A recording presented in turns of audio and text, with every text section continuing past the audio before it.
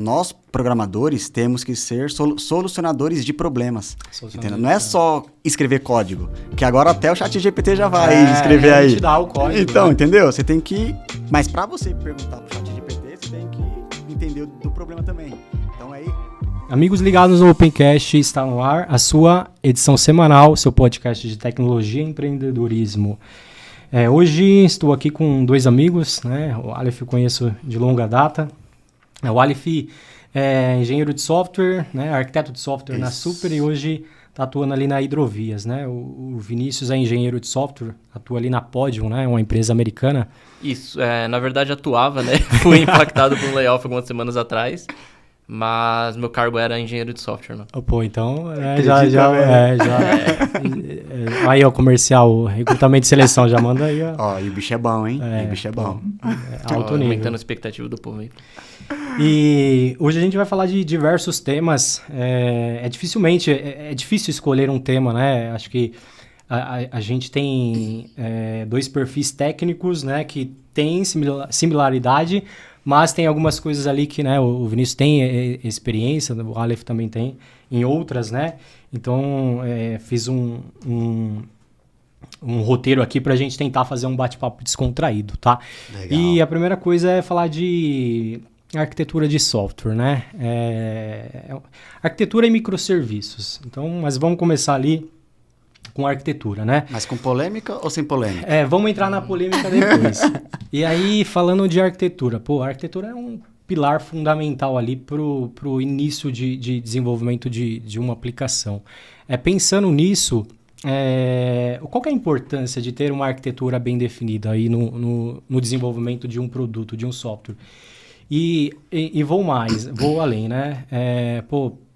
Quando que eu preciso levar a arquitetura em consideração? Legal.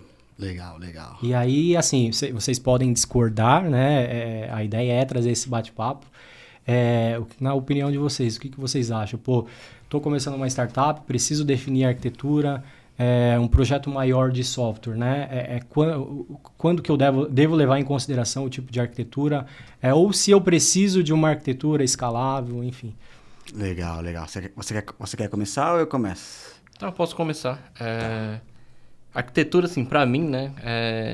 É algo que acaba refletindo muito em como a empresa é estruturada, né? Então, assim, você tem hoje a arquitetura de microserviços. Geralmente, você divide o conjunto de microserviços em times e isso acaba refletindo como a divisão de times da sua empresa vai ser, né? Como que as coisas vão fluir, todo o processo, né? Como que problemas, novas features vão chegar. E não só da de microserviços, né? Eu já trabalhei também com arquitetura orientada a serviços, que é quase isso, microserviços maior, né? E em todas as empresas que eu passei, né, trabalhando com esse tipo de arquitetura, os times são sempre refletidos no software. Então, vai muito de encontro da lei de Conway, né? Exato. Então, você perguntou, uma startup deve, né, se preocupar com arquitetura.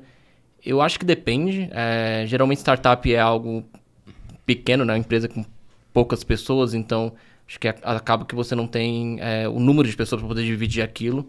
Então, na minha humilde opinião, startup sempre deveria começar com monolito. Então, E não só startup, né? Por quê? Porque... Aí já entrou em uma polêmica, né? Você falou para deixar as polêmicas depois, mas... Enfim, é uma arquitetura simples para começar, simples para manter enquanto o software está pequeno e te ajuda, né, a visualizar. Porque sempre quando você começa um startup, você nunca sabe de fato, né, o que vai vir pela frente. Você está inovando, né? E o monolito te ajuda a você não ter que se preocupar com muitas coisas móveis, problemas que acontecem em arquiteturas distribuídas, né? Que são as serviços e microserviços. Então, na minha opinião, é isso. Sempre começar com monolito. Lá na frente, preciso crescer. Eu já consigo ali olhar no monolito formas de quebrar isso. Entendeu? Essa é minha opinião, né? Não sei se o Aleph Não, eu concordo. concorda. É que a arquitetura, ela está muito relacionada ao negócio. Se você não tiver a dimensão do negócio, você não vai conseguir dimensionar também a sua arquitetura e até escolher a mais adequada. tá? Então, o que eu... Quando me fazem essa pergunta, né? O que seria arquitetura de software? É o quê? Você adequar o seu projeto para atender uma determinada regra de negócio, um determinado processo, e a gente não pode deixar a arquitetura modelar o negócio, porque você começa a criar uma dependência do quê? Se você tem um negócio que você quer fazer algo ali, tem alguma regra e a sua arquitetura não te permite isso, você já começou errado, né? Então, o legal é, domina o negócio para você conseguir implementar uma arquitetura ideal, né? E, que nem você tinha comentado ali, quando deve ou não ter arquitetura? Na verdade, qualquer software que a gente cria hoje, você inconscientemente, você já aplica. Às vezes, é sempre nós copiamos os outros, né? E quando você aprende, você já aprendeu ali com algum template, com alguma coisa, então você já está intrinsecamente aplicando a arquitetura. Mas, quando você pensa num contexto mais amplo, o pessoal acha que a arquitetura é só para coisas complexas. Mas às vezes não. Você está fazendo uma lib. Como que você vai arquitetar essa sua lib? E não é uma lib que vai integrar com outros serviços, não. É pensando nos usuários consumindo a sua lib. Então, arquitetura, para mim, é tem esse conceito pequeno e esse mais amplo aí. E até... o Vinícius deu o exemplo do monolito, né? E não necessariamente desenvolver um monolito quer dizer que você precisa desenvolver alguma coisa mal feita, né? Que Exato, tem muito esse sinônimo de tipo, é um monolito, tá horrível, né? Isso. Acho que as pessoas precisam separar isso, né? O desenvolvimento do monolito bem feito, né? Ele pensando ali, né? Focado no negócio, tendo previsibilidade de eu conseguir escalar, separar e modularizar isso no futuro, né? Exato. Pô, legal. E vocês têm algum exemplo, né, de algum projeto que fez diferença ali, uma boa escolha de arquitetura, né, no início do projeto? Legal. Eu posso falar um pouquinho das minhas experiências na Super, tá? Que foi onde eu atuei muito mais como arquiteto de software, né? E lá a gente construiu algumas aplicações bancárias. Então, a gente criou o nosso autorizador de cartões. Então, toda vez que você fazia qualquer transação, a transação chegava para nós e nós tínhamos que avaliar se nós aprovávamos ou não aquela determinada transação.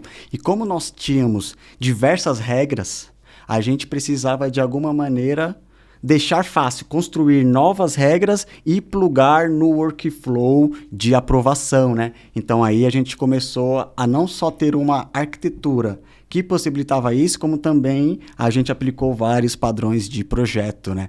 Então a gente aplicou a própria specification para criar as nossas regras, tá? A gente tinha alguns processos com multi-tenant, então a gente implementou strategy para a gente selecionar ali qual que era o tenant atual de acordo com o país que foi emitido aquele cartão. Então, a arquitetura foi também envolvida nesses pequenos detalhes. A arquitetura não foi só separação de projeto, criação de pastas. Foi o quê? Ajudar na decisão da melhor escolha para resolver o micro e o macro problema. Então, quando esses exemplos eu falo, são exemplos ideais, assim, de onde foram... Foi bem escolhido ali a arquitetura. Isso cresceu, assim, exponencial, ficou bem legal. E eu acho que tem que estar muito alinhado com o negócio, porque senão o foco vira tecnologia, exato, né? Não vira resolver o problema do negócio. E a partir do momento que você está com foco em tecnologia, o time ali, né, e assim, né... tecnologia, né? Time de tecnologia, às vezes é difícil você ter um tipo de democracia, porque, né, tem que lidar com pessoas, né, com experiências, enfim. E pessoas que estão aprendendo que estão iniciando carreira. Exato. E o time focado em tecnologia e não olhando para o negócio, né? Eu vejo que às vezes, pô, discussões que às vezes não traz o valor necessário ali para o negócio, para o cliente, até mesmo para o time às vezes, né? Exato. Eu acho assim que as pessoas quando começam, né, a falar de arquitetura, inevitavelmente tenta copiar alguma coisa, né, que aprendeu de fora, assim como você comentou. E isso, acho que em tudo, em tecnologia, não só arquitetura, mas como você vai construir seu serviço, seu back-end, seu front-end, sempre tenta copiar o que outras empresas fizeram, né? Tanto que algo muito famoso, assim, na última década foi o modelo Spotify, né?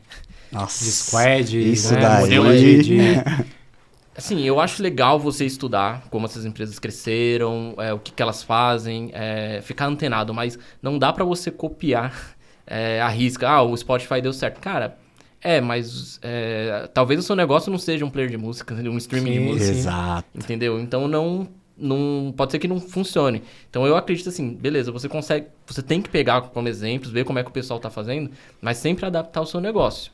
Eu gosto de chamar como se fosse uma arquitetura orgânica, digamos assim. Isso aí. Então, evoluindo isso organicamente, olhando para o seu negócio, porque não vai dar para você implementar todos os patterns, não vai dar para você fazer tudo que o pessoal faz com microserviços nas outras empresas, até porque é loucura, você vai estar colocando, que nem você falou, a tecnologia acima do negócio.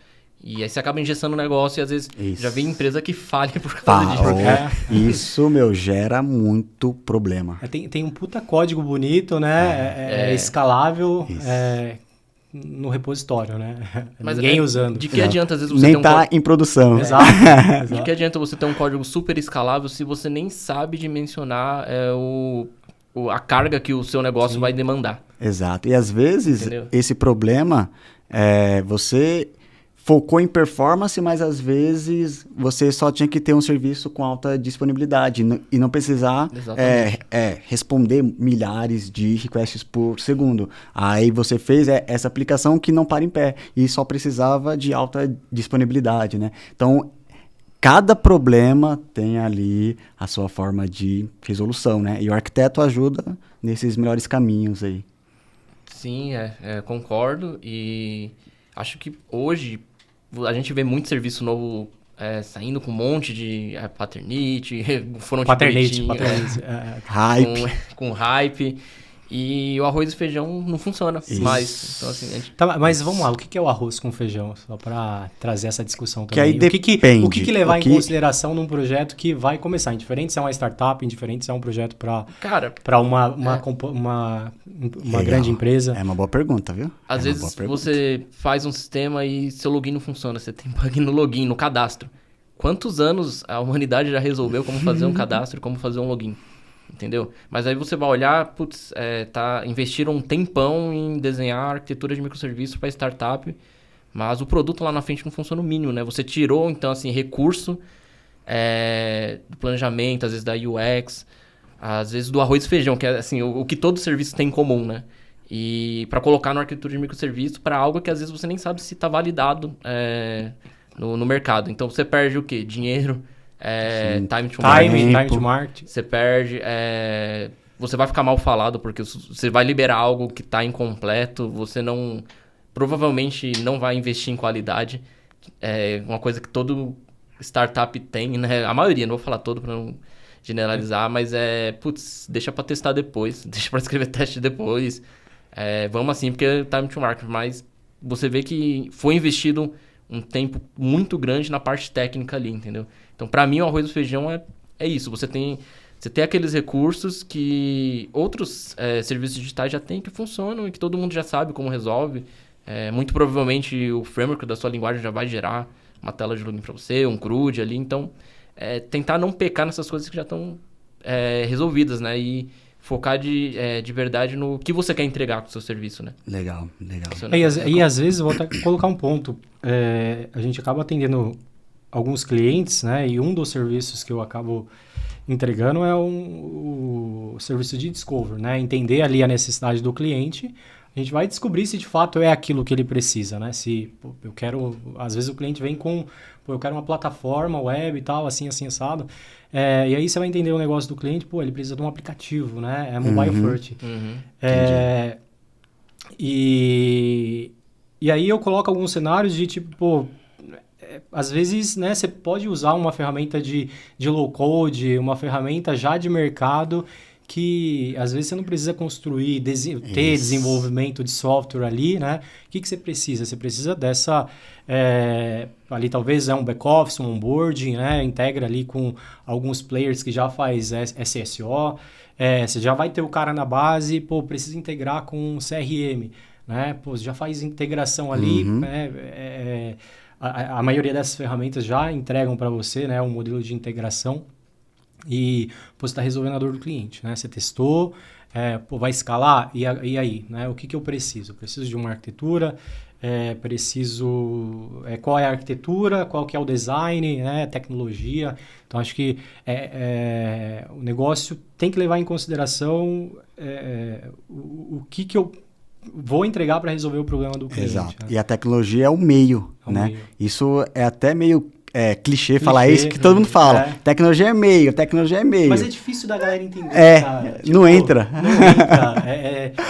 Eu vejo que a galera técnica, isso não é ruim, não é um problema, tá? Mas eu entendo que a galera pode ver mais negócio e se preocupar mais pelo negócio e entregar. Sim, alguma coisa, desenvolver alguma coisa legal, né? Tá bonito ali, arquitetura legal, mas tá resolvendo o problema do cliente, né? Isso, tá resolvendo. Então, isso, e eu até mandei mensagem no WhatsApp esses dias sobre isso aí, que eu estava até comentando, né? Nós, programadores, temos que ser solucionadores de problemas. Entendeu? Não é só escrever código, que agora até o ChatGPT já vai escrever aí. Te dá o código, então, né? entendeu? Você tem que... Mas para você perguntar pro ChatGPT, você tem que entender do problema também.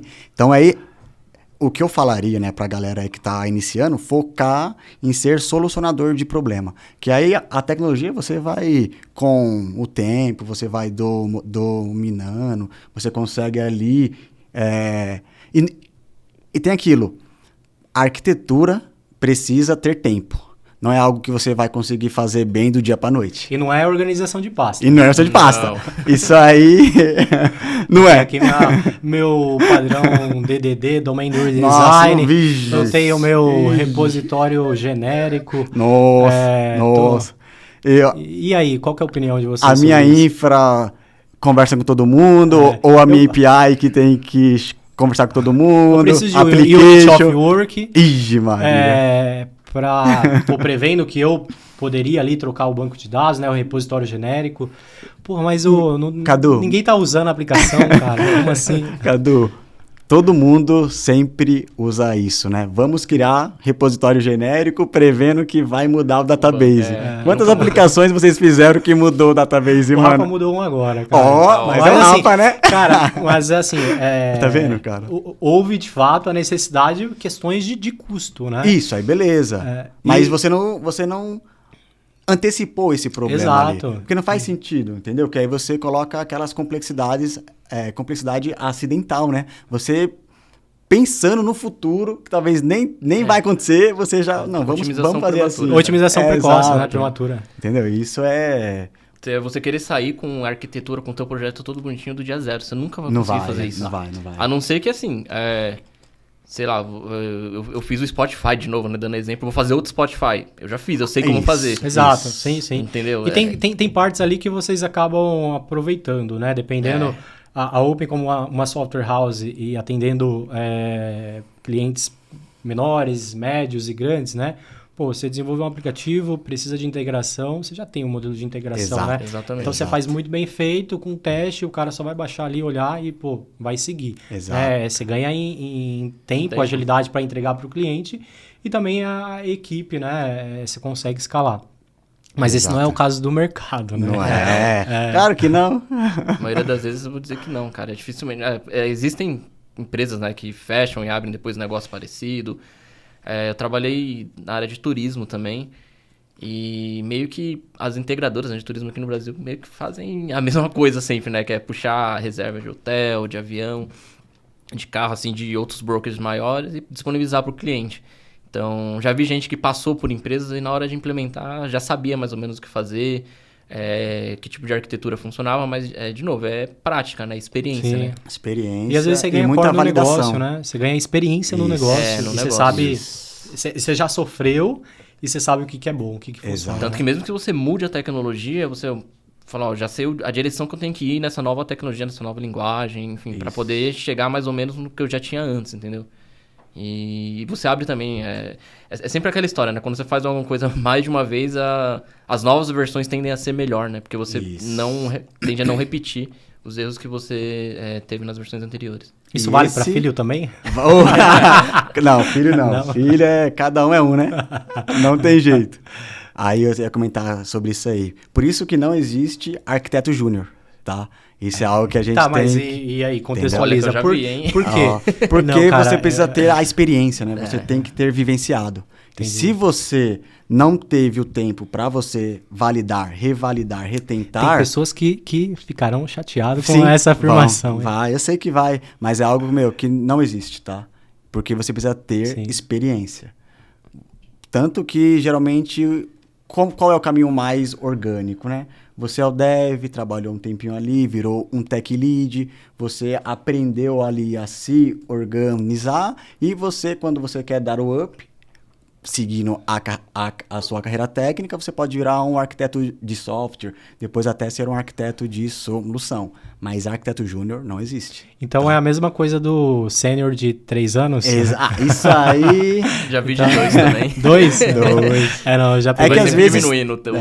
Às vezes tem algumas pessoas gênios. fora da curva. Tem, né? tem gênios, pessoas tem. assim que, mesmo Mas com aí você pouca vai ver, o experiência- cara começou a programar com 13 anos, né? Exato, por Aí hobby. você vê, pô, você teve experiência, né? O cara Tive. Não tá ali na carteira de trabalho, Exato. mas teve, né, cara? Exato. Exato, o Rafa mesmo é um A exemplo. gente aprendeu assim também.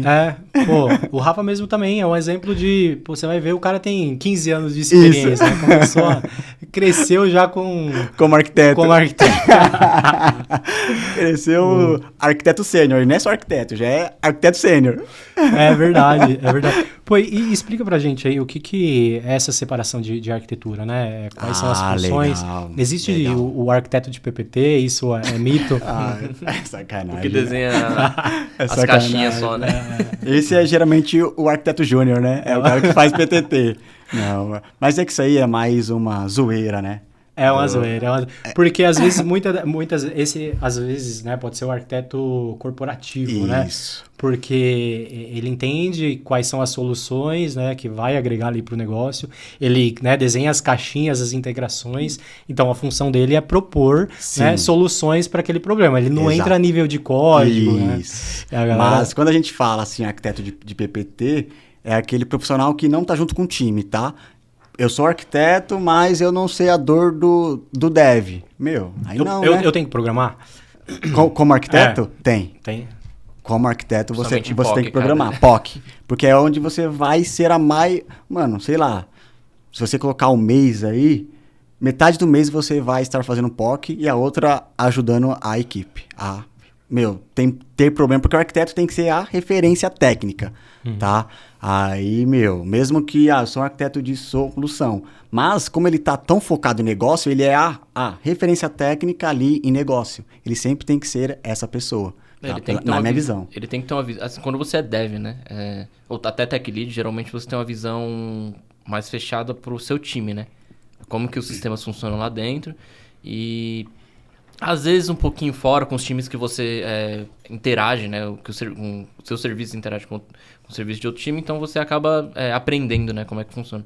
Já o arquiteto, ele tem que ter uma visão ali mais ampla, digamos assim, né? Como a empresa funciona, onde as coisas entram, onde saem, para você saber onde que pode encaixar determinada solução técnica, e às vezes até de negócio, né? Exato. Então a questão da POC que o Aleph falou é muito importante porque às vezes o papel do arquiteto não é só dar a solução, mas a solução tem que caber ali no problema, né? Tem que ser escalável ou em vez de escalável, sei lá, tem milhões de requisições, não pode falhar nunca, aquele negócio tem que ser processado independente do que acontecer.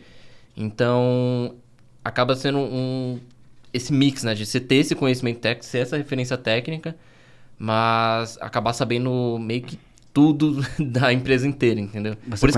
Você conhece um pouco sobre tudo da empresa. E às vezes até muito sobre tudo, dependendo do arquiteto, né? E por isso que, como o Aleph falou, leva experiência. Porque não é só você saber o técnico. Assim, eu posso ser um arquiteto agora numa empresa. Vamos dizer que eu saí e entrei em outra. Eu já me considero que, ali no negócio dessa empresa nova, eu provavelmente vou ser júnior. Eu não sei como é que funciona, eu não sei o passado da empresa, como eles construíram, como que é os processos de negócio. Então, eu tenho que reaprender tudo isso para poder começar a contribuir, né, de verdade com a arquitetura. Exato. Então, o que vocês estão me dizendo que o arquiteto ele tem que estar muito aliado com a estratégia de negócio, né? Diretamente. Legal. Seja da equipe... Tem que participar das reuniões de decisões estratégicas, porque, uma decisão dele pode ou não impactar essa estratégia, né? Então, é importante... Pode inviabilizar o negócio? Pode. É uma responsabilidade meio grande, então. Pode. Porque...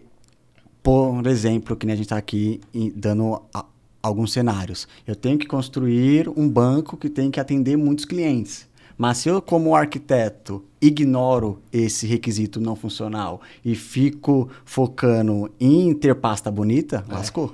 Entendeu? Como que você vai entregar essa experiência para o seu cliente final se você ficou se preocupando em organizar pastas, entendeu? Então, por isso que o arquiteto tem que estar intrinsecamente envolvido em todas essas decisões, tá? Legal. Daqui a pouco vai ser os temas mais polêmicos. Nem falamos de microserviço ainda. Você falou uma parada que é interessante, né? Se o arquiteto ele é referência técnica e eu tenho um arquiteto júnior no projeto, minha referência técnica ela é baixa. Exato. Esse é o ponto. Então, é o ponto. Cara, para eu querer começar a olhar arquitetura, né, aprender a arquitetura, eu quero ser um arquiteto. O que eu preciso fazer? Além de ter experiência, né? Isso é importante. Olha, tem diversos meios, né, de alcançar isso, assim como tem diversos meios de você virar um desenvolvedor, né, um engenheiro de software. Aqui no Brasil, nossa profissão não é regularizada, né? Então, todo mundo às vezes está cansado de saber que algumas exceções conseguem aprender tudo na internet, não cursar faculdade e chegar lá. Do mesmo jeito, já conheci arquitetos que não têm diploma. O caminho mais fácil, na minha opinião, é você fazer uma faculdade, óbvio, porque eu acho que dificilmente você vai conseguir ter o caminho das pedras como a faculdade te entrega ali para você poder estudar, né? Em seguida, ter a experiência, como o Aleph falou, trabalhar no mercado. E existem especializações também, pós-graduações focadas em arquitetura de software, onde vai te dar um up, com certeza, cursos também, acho, bootcamps, mas acaba que no final das contas, na minha opinião, que pesa mais a questão da experiência, não só na tecnologia, mas no negócio da empresa e como as coisas se conectam ali. Às vezes, você consegue implementar uma arquitetura muito legal, sei lá, para uma engine de busca, por exemplo, motor de busca, vai. Tem gente que é pró nisso. Aqui eu posso colocar Elasticsearch, não, aqui vai melhor direto no database. Mas quando ele vai fazer arquitetura de alguma coisa mais transacional, por exemplo, ele já não sabe. Então, aquele depende, né, que todo mundo odeia. Até agora ninguém tinha falado isso ainda. Precisa saber falar depende.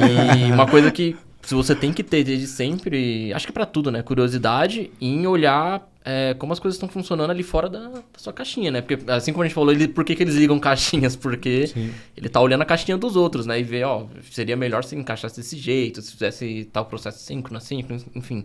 Tentar ser curioso de entender como é que o todo funciona e como é que as partes se conectam. Isso é essencial. E até entender o segmento do seu mercado, né?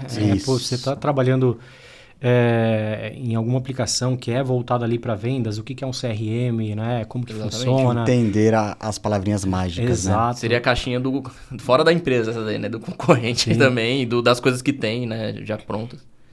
Dependendo do negócio, né? Então, concordo. Show. E sua opinião, o Aleph? O que você acha? Legal. Eu concordo muito com o que o Vini comentou. Pô, eu quero saber a hora que vocês vão começar a discordar. É que a gente, geralmente, difícil a gente discordar das coisas, né? Eu acho questão que de nas tecnologia. polêmicas a gente vai começar A discordar. a discordar, mas assim, desses assuntos é mais tranquilo, porque tem uma questão que todo mundo fala sobre, eu quero ser um arquiteto, o que eu tenho que estudar? É difícil você responder isso, porque tem um grande depende que o Vini comentou, né? Qual é o seu negócio? Qual o problema que você quer resolver? Você consegue ser um arquiteto na sua empresa atual, mas talvez se você trocar, já não vai ser aquela mesma experiência, porque você estava dominando. Então, a primeira coisa que eu falaria é o quê? Você tem que estar consolidado numa empresa e dominar o negócio. Aí, a partir disso, você vai ter capacidade ali, naquela sua empresa, você ir evoluindo como um arquiteto, tá? Mas se você for aquele profissional que está sempre trocando de empresa, você não vai conseguir ser um arquiteto de excelência, sabe? Então, você tem que dominar bem o negócio e maturar. Mas eu então só posso ser arquiteto numa empresa só? Não. Mas como você foi ali e você maturou, você pegou os trejeitos, né? Quando você for para outra empresa, você vai ter que focar em aprender o negócio. E ali, naturalmente, você vai arquitetando, né? Porque no final das contas, a arquitetura vai ter sempre o mesmo caminho, independente da empresa. Às vezes tá? a linha de negócio é a mesma. Você troca de empresa, mas você Isso. está trabalhando com fintech ainda, você está trabalhando com, sei lá, turismo, vendas. Então, isso facilita, né? Sim. Exato. Porque a quantidade de contexto que você tem que absorver é menor. Exato. E se você não está imerso no negócio, você Não, só está imerso em exatamente. tecnologia. Isso. Exatamente. E aí você só consegue falar de tecnologia. Isso, E exato. eu vejo esse gap muito grande no mercado. E um exemplo, né, eu gosto de colocar, até mesmo de formação. Né? Quando eu era pleno, eu fiz um MBA em arquitetura, né? Engenharia de software, na verdade, com ênfase em SOA, né? Vocês pegaram SOA? Eu trabalhei com software. Cara, assim, é terrível, né? É burocrático, é complexo. E o que eu entendia? O que, na verdade, eu entendia na época? Que eu iria olhar mais a fundo código, integrações, comunicações, né? Escalabilidade, enfim, não, cara, era business, né? Era business. Quando eu cheguei, né, matérias de negócio, eu falei, mano, o que eu tô fazendo aqui? Business, né? E resolver os requisitos não funcionais. Exato, é isso que você vai fazer exato. como arquiteto. E o lance eu não estava preparado, né, para absorver esse tipo de conteúdo. Fracote, né? Fracote. Moisés não consegue, né? Moisés não consegue. Mas as pessoas se decepcionam com faculdade, com MBA, por causa disso, né? Geralmente você pega a base, Expectativa, a base lá. Porque não tem como você generalizar, às vezes, o técnico do técnico ali. Sim. Como que eles acham que você vai fazer um MBA e você vai aprender como, sei lá, particionar o Kafka lá, como fazer o loading, assim, no técnico. Cara, isso tudo vai depender do seu negócio. Exato, e isso você pode ver no YouTube, né, cara? Exatamente. Você não precisa de um MBA, cara. Esse é o lance. Artigos, você seguir bons profissionais, que não fica só publicando artigo para virar MVP. Então, isso aí é algo importante também. Tem, né? Tem, né? E uma parada né, que eu acho interessante, e eu faço bastante, né, é estudar modelos passados, né, para entender onde que a gente está hoje e para onde que a gente está indo. Né? Isso não serve somente para desenvolvimento de software, né, mas para N outras áreas, né, comercial, marketing, enfim. Fazendo esse paralelo, vocês veem que microserviços é uma evolução de SOA. O Aleph, você desenvolveu com SOA? SOA não, ainda bem. Ainda bem. Mas eu conheço o conceito, tá? Mas é que microserviço já é algo muito mais antigo, né?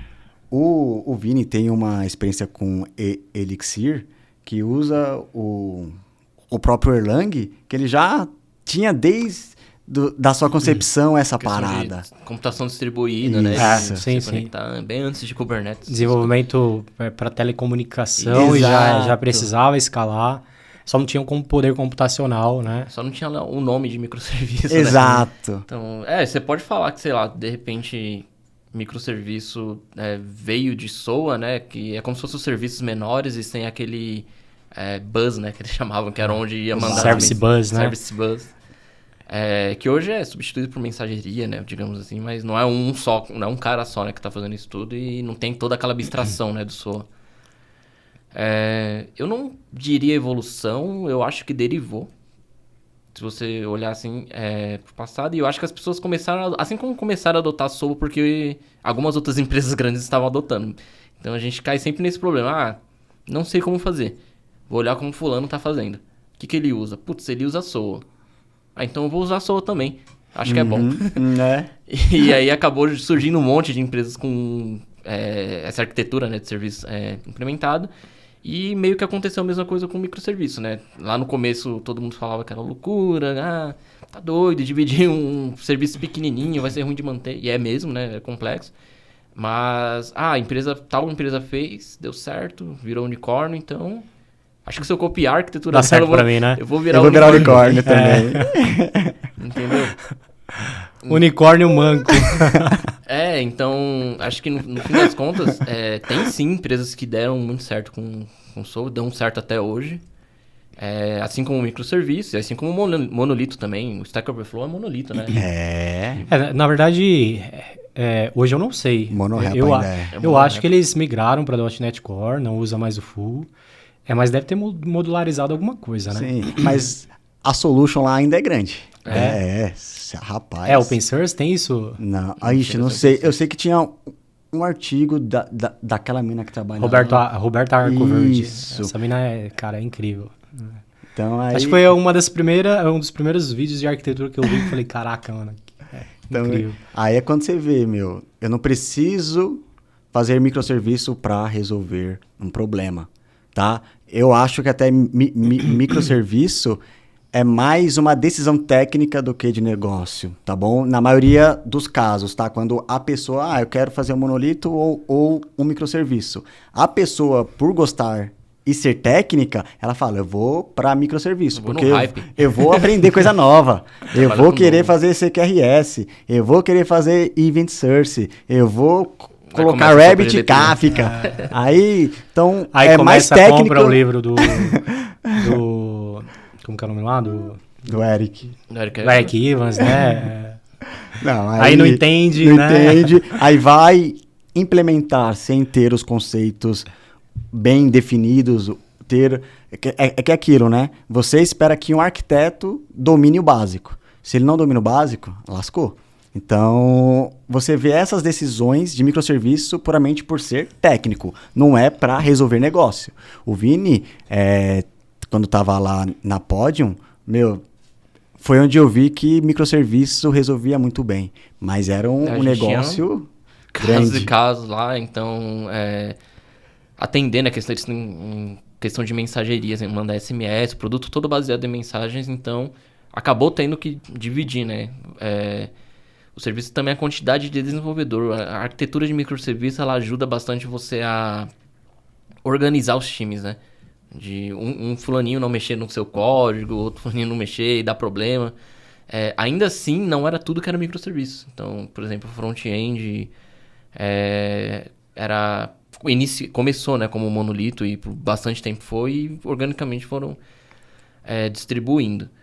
Mas a empresa em si começou com monolito, entendeu? Então, assim, porque... Eu não sei se é porque, por estar lá nos Estados Unidos, eles têm um pouquinho mais de experiência nisso, ou eles estão um pouquinho mais à frente, porque agora eu tenho visto a palavra microserviço perder um pouquinho o hype, né? A galera começar a reclamar, como se fosse um bando de enganados. Sabe aquela figurinha do pica-pau? Fui tapeado. Tipo, caramba, falou que microserviço resolvia tudo, e quando eu coloquei, na verdade, eu só gerei complexidade. Descobriu que rede pode falhar, né? Então, quanto mais pontos você coloca ali, se conectar entre a rede... A galera não entendeu bem a camada OSI. Não. Eu tô vendo isso chegando aqui no Brasil, né? De novo, nos Estados Unidos já tem bastante gente reclamando e querendo voltar pro monolito, mas eu não sou tão radical assim. Eu acho que tudo depende do negócio, é óbvio, né? Não tem como falar que, sei lá, você vai pegar um Twitter e vai escalar ele com um monolito. Sim, sim. Tanto que ele era em Ruby, né? Acho que foi ele que trouxe também toda essa polêmica, né? Boa parte, né, dessa polêmica quando ele era um monolito, acho que era em Ruby, aí falou que não escalava. Stack Overflow? Não, o Twitter. Twitter? Ah, desculpa. Aí disse que não escalava e não sei o que, tentaram separar, e aí era uma coisa funcional, né? Não de negócio. Eles cresceram demais. Eles... É praticamente a rede social, né? Ou foi, né? Que as pessoas postavam... O mundo inteiro postava o que pensava lá, né? Hoje o core é feito em quê? Olha, depois disso eu acho que foi Scala. Eu acho que até hoje ainda tem bastante código em Scala. E não sei dizer, acho que é...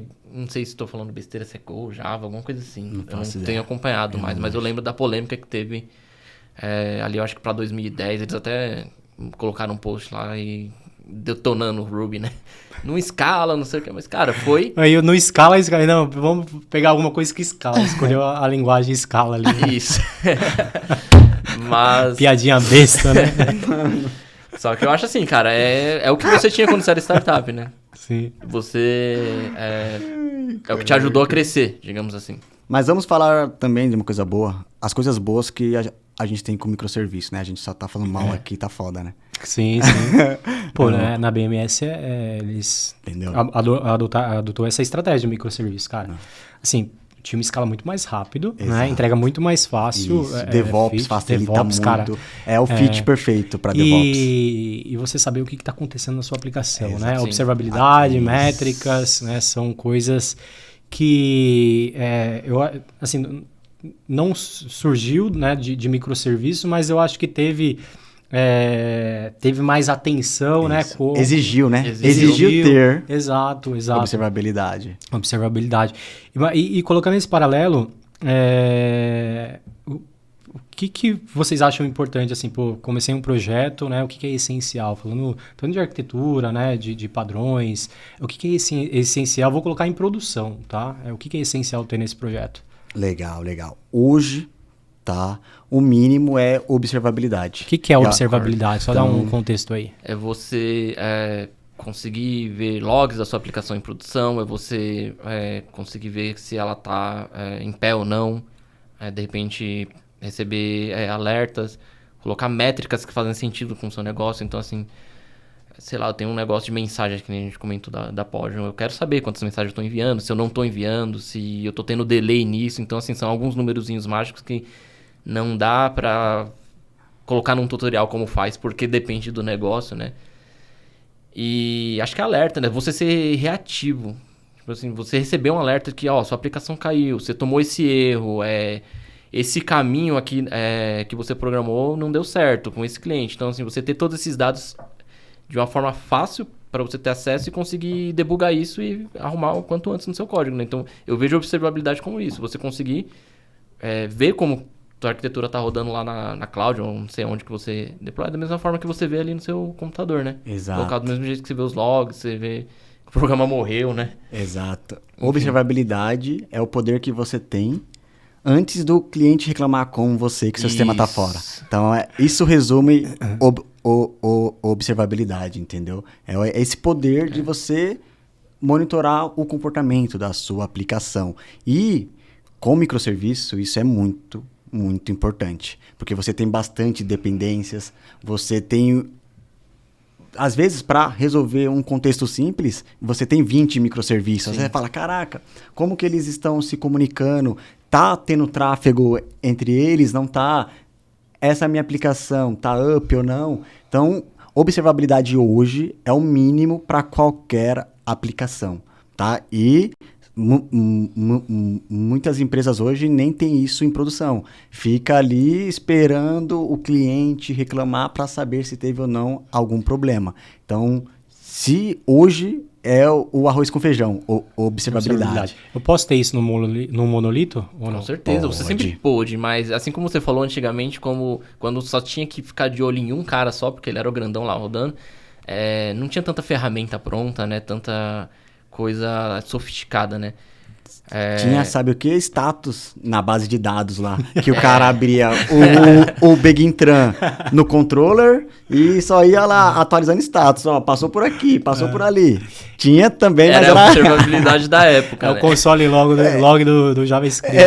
Exato. Com essa ascensão de computação distribuída, como você comentou, surgiu a necessidade de monitorar melhor, cara. E Isso foi bom, tá? Isso pra mim foi, assim, uma das grandes vantagens que esse hype trouxe. exatamente, é uma vantagem, não é tudo ruim, né? Que nem você falou na questão de microserviço. E hoje em dia tá tão fácil você implementar observabilidade, assim, fácil, né? Entre microserviços, que se você for jogar pro monolito é relativamente mais fácil ainda, porque é como se o monolito fosse um microserviço ali, né? Você tá Exato. implementando as métricas, coisa para um serviço só que é um maior, né? Digamos assim. Exato, exato. E o legal é você já ter um padrão de aplicação que já implemente observabilidade intrinsecamente, sabe? Você criou uma nova aplicação, no seu template já venha tudo isso configurado para você garantir que você não vai depender de um dev implementar aquilo e ele esquecer. A ideia é o seu template de aplicação já vir com isso. E aquela parada que a gente estava discutindo ali no grupo, né? O Backstage, ele resolve isso, né? Vocês usam na... Eu usei no bastante na Super, tá? A gente implementou e a gente também customizou bastante o Backstage. A gente tinha lá integrado com Sonar, a gente estava gerando os nossos templates. A gente está fazendo todo o scaffold das nossas aplicações usando o Backstage. Então, a gente criou um template em .NET e lá no container do Backstage a gente instalou esse template. Então, ele já gerava o repo, já fazia o commit inicial, já fazia a parte de criação de pipelines. Então, o Backstage conseguiu... facilitar, né? Ser o cara que deu mais produtividade ali pro dev. O dev tem que se preocupar em escrever regra de negócio, não ficar configurando Swagger, tem que ficar configurando middleware, configurar OpenTelemetry, isso já vem pronto. Então, isso ajuda muito. É aquela palavrinha, né? Que a galera tá usando muito, né? O Dev Experience. Isso, exato. Se eu falar isso, eu vou gaguejar. Então, não vou falar, não. Isso aí eu não falo, não. Com você tendo, né, que distribuir mais o seu serviço, você acaba dividindo mais os times. Então, você tem vários starts novos de serviço, né? Então, você acaba tendo que investir um pouquinho mais no ferramental pro interno da sua empresa, né? Exato. Isso não tinha antigamente. Para algumas empresas é até absurdo. Pô, tem que pagar alguém para ficar desenvolvendo ferramenta para os meus desenvolvedores. Para fazer backstage, catálogo de serviço, né? Que é o que o Backstage faz, para já gerar a integração contínua, né? E o deploy contínuo direto lá a partir do primeiro commit. Uhum. Então, isso traz produtividade, porque se por um lado você consegue entregar mais feature com menos erro quando você está utilizando o microserviço, pelo outro lado você aumenta a complexidade técnica. Sim. Em tudo, desde quando você tem que iniciar um projeto, a integrar ele no ecossistema da empresa. Então, daí que surge, né, esse tipo de squad, de dev experience, né? E hoje eu tenho visto, pelo menos no cenário do Elixir, o scaffolding padrão do framework já trazer algum tipo de telemetria, questão de log, já tudo bem integradinho. E eu acho que a indústria está caminhando para ter algo já pronto, que é o OpenTelemetry, né? Que usado em... Só para log que ele ainda é ruim, viu? Para log... Mas para métricas e traces tá bom. Vou entrar até nesse tema de linguagens, paradigmas, né? Eu quero trazer um pouquinho do Elixir. E o Elixir que eu vejo é que o scaffold dele é muito bom, né? O scaffold dele de documentação, teste, isso, pô, eu acho que é fenomenal. Mas falando um pouquinho acho que querem falar mais alguma coisa de microserviço? Microserviço, arquitetura, tem algum ponto que vocês acham? Não, foi legal o papo, né? Eu acho que vai acabar surgindo no meio da conversa, mas a gente mas tá tranquilo. Mas vamos lá. Trazendo aqui um paralelo, né? Até mesmo de olhar para o passado, entender o presente e até, às vezes, prever o futuro. Linguagens, a gente teve aí por décadas, né? A orientação a objeto dominando o mercado. E hoje a gente vê muito paradigmas funcionais, né? Derivados de linguagens ali, né? O ML, né? E hoje tem Elixir, tem o F#, né? Que a galera me zoa. Tem, enfim, N linguagens funcionais. E eu vejo que hoje é uma tendência. A opinião de vocês. Vocês acham que existe, né, essa tendência de utilização de paradigmas funcionais em aplicações atuais e o porquê, né? O que de fato isso resolve? Tá, eu acho que eu posso começar com essa, né? Que eu tenho... sim, tá, o que aconteceu? Antigamente, a gente fazia software complexo, então você tem lá uma codebase enorme, a dificuldade de você organizar código, de organizar as pastinhas, né? Antigamente, que eu diga, sei lá, 80, 90, né? Se você for na história de programação. E acabou surgindo formas de você tentar organizar isso, né? E uma das que mais popularizou foi programação orientada a objetos, né? Que é um paradigma. Um paradigma é uma forma de você resolver o problema. É a forma que você vai pensar para poder resolver o problema do teu negócio, né? E isso ajudou muito, porque antigamente a gente tinha muito monolito, né? Por que a gente fazia monolito? Porque a gente não tinha problema de escalabilidade. Você fazia seu software agora, tá lento. Beleza, espera um ano, vai sair um processador novo que vai dobrar. Mete memória, mete processador. Né? Vai sair. A tecnologia, principalmente a velocidade dos processadores, ela escalava, acho que exponencialmente. Então você não fazia nada e seu software estava mais rápido no ano que vem. De graça. Então, isso era a questão do ser humano, né? Ganhando tração assim, na questão da velocidade dos processadores, né? Mas aí teve um cientista, não sei, acho que era da Intel, o Moore, que ele fez uma previsão de que isso ia acabar, né? Que, putz, os transistores estão ficando menor, tá ficando fisicamente impossível de você manter aquilo frio, porque esquenta pra caramba, né? De colocar, até ter espaço, assim, pra eles poderem ficar ali no processador, e acabou mesmo, né? Tanto que, acho que se você for olhar no mercado, quando que você viu a gente passar, assim, nos processadores comerciais de 5 GHz, por exemplo? Não. Estacionou ali em 2010, 2011. Aí falou, ferrou, né? A gente não evolui mais, né? Então, qual foi a saída, né? Putz, vamos enfiar 2 processadores num só. Aí começou a sair aquele core, né? Que é os núcleos do processador. Que é literalmente como se fosse 2 processadores num só, depois thread. Mas qual que era o problema? Ninguém estava acostumado a fazer programação paralela. Porque não precisava. Era só fazer ali numa thread só, seu monolito. Sei lá, daqui a 6 meses estava rápido. E é nisso que começa a vir a necessidade de programação funcional. Não digo necessidade, assim, a necessidade mesmo seria os desenvolvedores saberem trabalhar com programação paralela, mas é algo muito complexo, principalmente quando você precisa fazer o processo em cima de alguma coisa que está compartilhando memória. Aí tem problema de deadlock, é um inferno, assim, a gente que só quer fazer o CRUD ali no fim do dia. Faz isso com .NET pra você ver. Ficar tentando lidar com esse tipo de coisa é complicado. E aí, por que o paradigma funcional do nada cresceu? Porque assim, ele é mais antigo que a orientação a objeto. Você tem ali indícios de Lisp implementando o paradigma funcional desde 1950, se não me engano. Então, bem antes. Assim. E é matemático, né? Eu acho que todo paradigma meio que tem uma sustentação de um teorema matemático, mas o funcional ele foi bem mais usado assim, na questão da matemática, até acho que o teorema é o cálculo lambda, alguma coisa assim. Enfim. É gênio, né? Você consegue... É uma coisa pra nerd. Anotei aqui pra pesquisar. Pesquisa isso aí, é bem legal. Você consegue, através de função, implementar if, umas coisas divertidas pra brincar alguma vez na vida. Não que você vá usar. Mas enfim, por que começou a se tornar popular? Eu diria que pelo fato da imutabilidade. Que assim, nada no paradigma funcional se muda de verdade. Sempre se gera um novo estado. Sempre copia, né, o estado. E essa característica tira o problema de compartilhamento de memória, de deadlock, né? Você pode fazer vários processos em cima de uma lista, por exemplo, que eles não vão estar compartilhando a memória, e sim processando sua própria cópia, assim, debaixo dos panos. Isso é otimizado pela própria linguagem, né? E aí foi que surgindo. Falando que só uma dúvida sobre isso aí que você falou. A linguagem funcional, ela é menos performática porque está sempre copiando memória? Porque isso, sim, quando você vai falar de funcional, esse é o ponto da galera. Não, mas aí eu vou estar sempre duplicando memória. Por que eu vou querer usar isso? É ruim. É polêmico, é complicado explicar isso. Mas nas arquiteturas de processadores que a gente tem hoje em dia, eu acho que até o que reina, assim, em questão de performance é a procedural. Então, tanto que você vê lá a performance de um programinha feito em C, ou Assembly, né?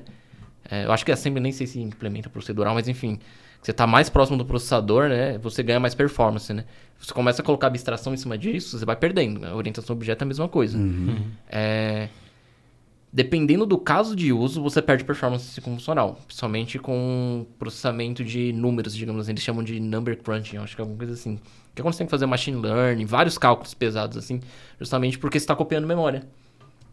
Aí eu entendo também que até mesmo o design da linguagem, da arquitetura, talvez da máquina virtual, ela já é prevista, né, esse tipo de situações. Sim, e otimiza esse tipo de cenário, né? Então, exatamente.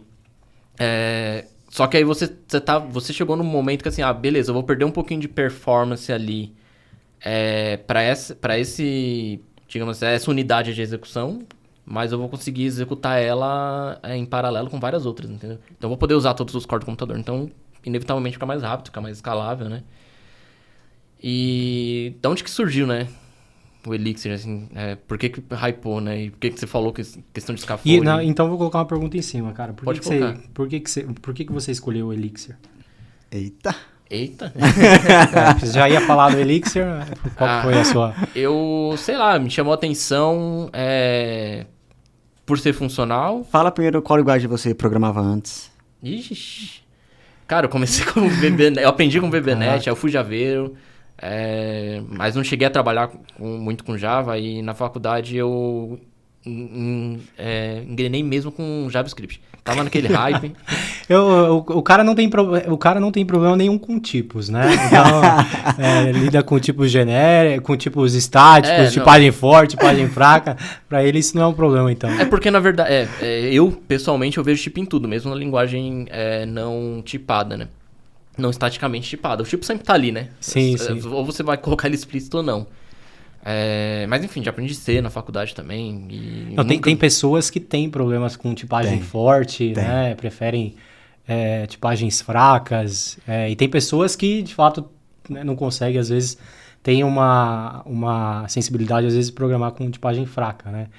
O tipo, a diferença que eu vejo nisso é que o tipo vai estar lá, mas em um vai estar em tempo de execução e outro no tempo de compilação. Então, se você tá, tipo, tentando fugir de aprender tipos, eu vou falar pra você que não tem pra onde correr. Se você tá programando em Python ou em JavaScript, você vai ter que entender de tipagem em algum momento, né? E aí eu vou trazer só um disclaimer aqui. E aí você pega um cara que é de JavaScript, né? Pô, não gosta de tipagem.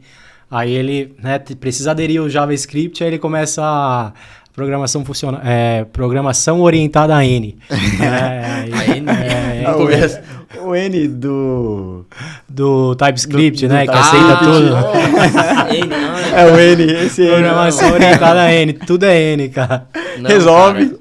Aí o cara vai usar TypeScript pra ter tipo seguro e só usa N. Aí você fala, caraca, então, pra quê? Voltando pra gente no fugir. Mas por que você escolheu isso? Eu comecei a estudar, trabalhei bastante com Node, e aí tava numa época que tava um hype danado de... E o bicho é bom em Node, hein? O bicho era bom. JavaScript. Pô, então, tem uma vaga com o Rafa lá, cara. O bicho era bom. Aí começou, JavaScript é multiparadigma. O que é multiparadigma? É orientado a objeto e funcional, implementa várias técnicas funcionais, né?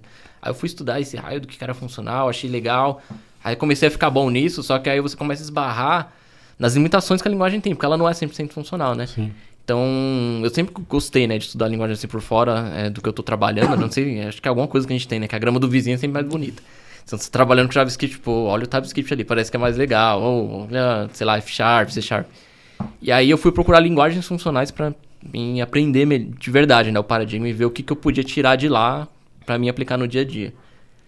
Aí você fala de linguagem funcional, a primeira coisa que vem no Google, sei lá, é Haskell. Haskell, puta que pariu. Aí você olha e fala, não, o que é isso? Valeu, obrigado. Aí eu tentei aprender Haskell, só que Haskell é uma linguagem muito acadêmica, né? Ela não é muito pragmática. Hoje em dia eu acho que o cenário até mudou um pouquinho, mas não é muito usado assim no mercado de trabalho e é mais acadêmico, usado por cientista, assim, pra universidade. Até consegui aprender alguns conceitos, e lá sim você tem um sistema de tipo forte, assim, e complexo, né, de verdade.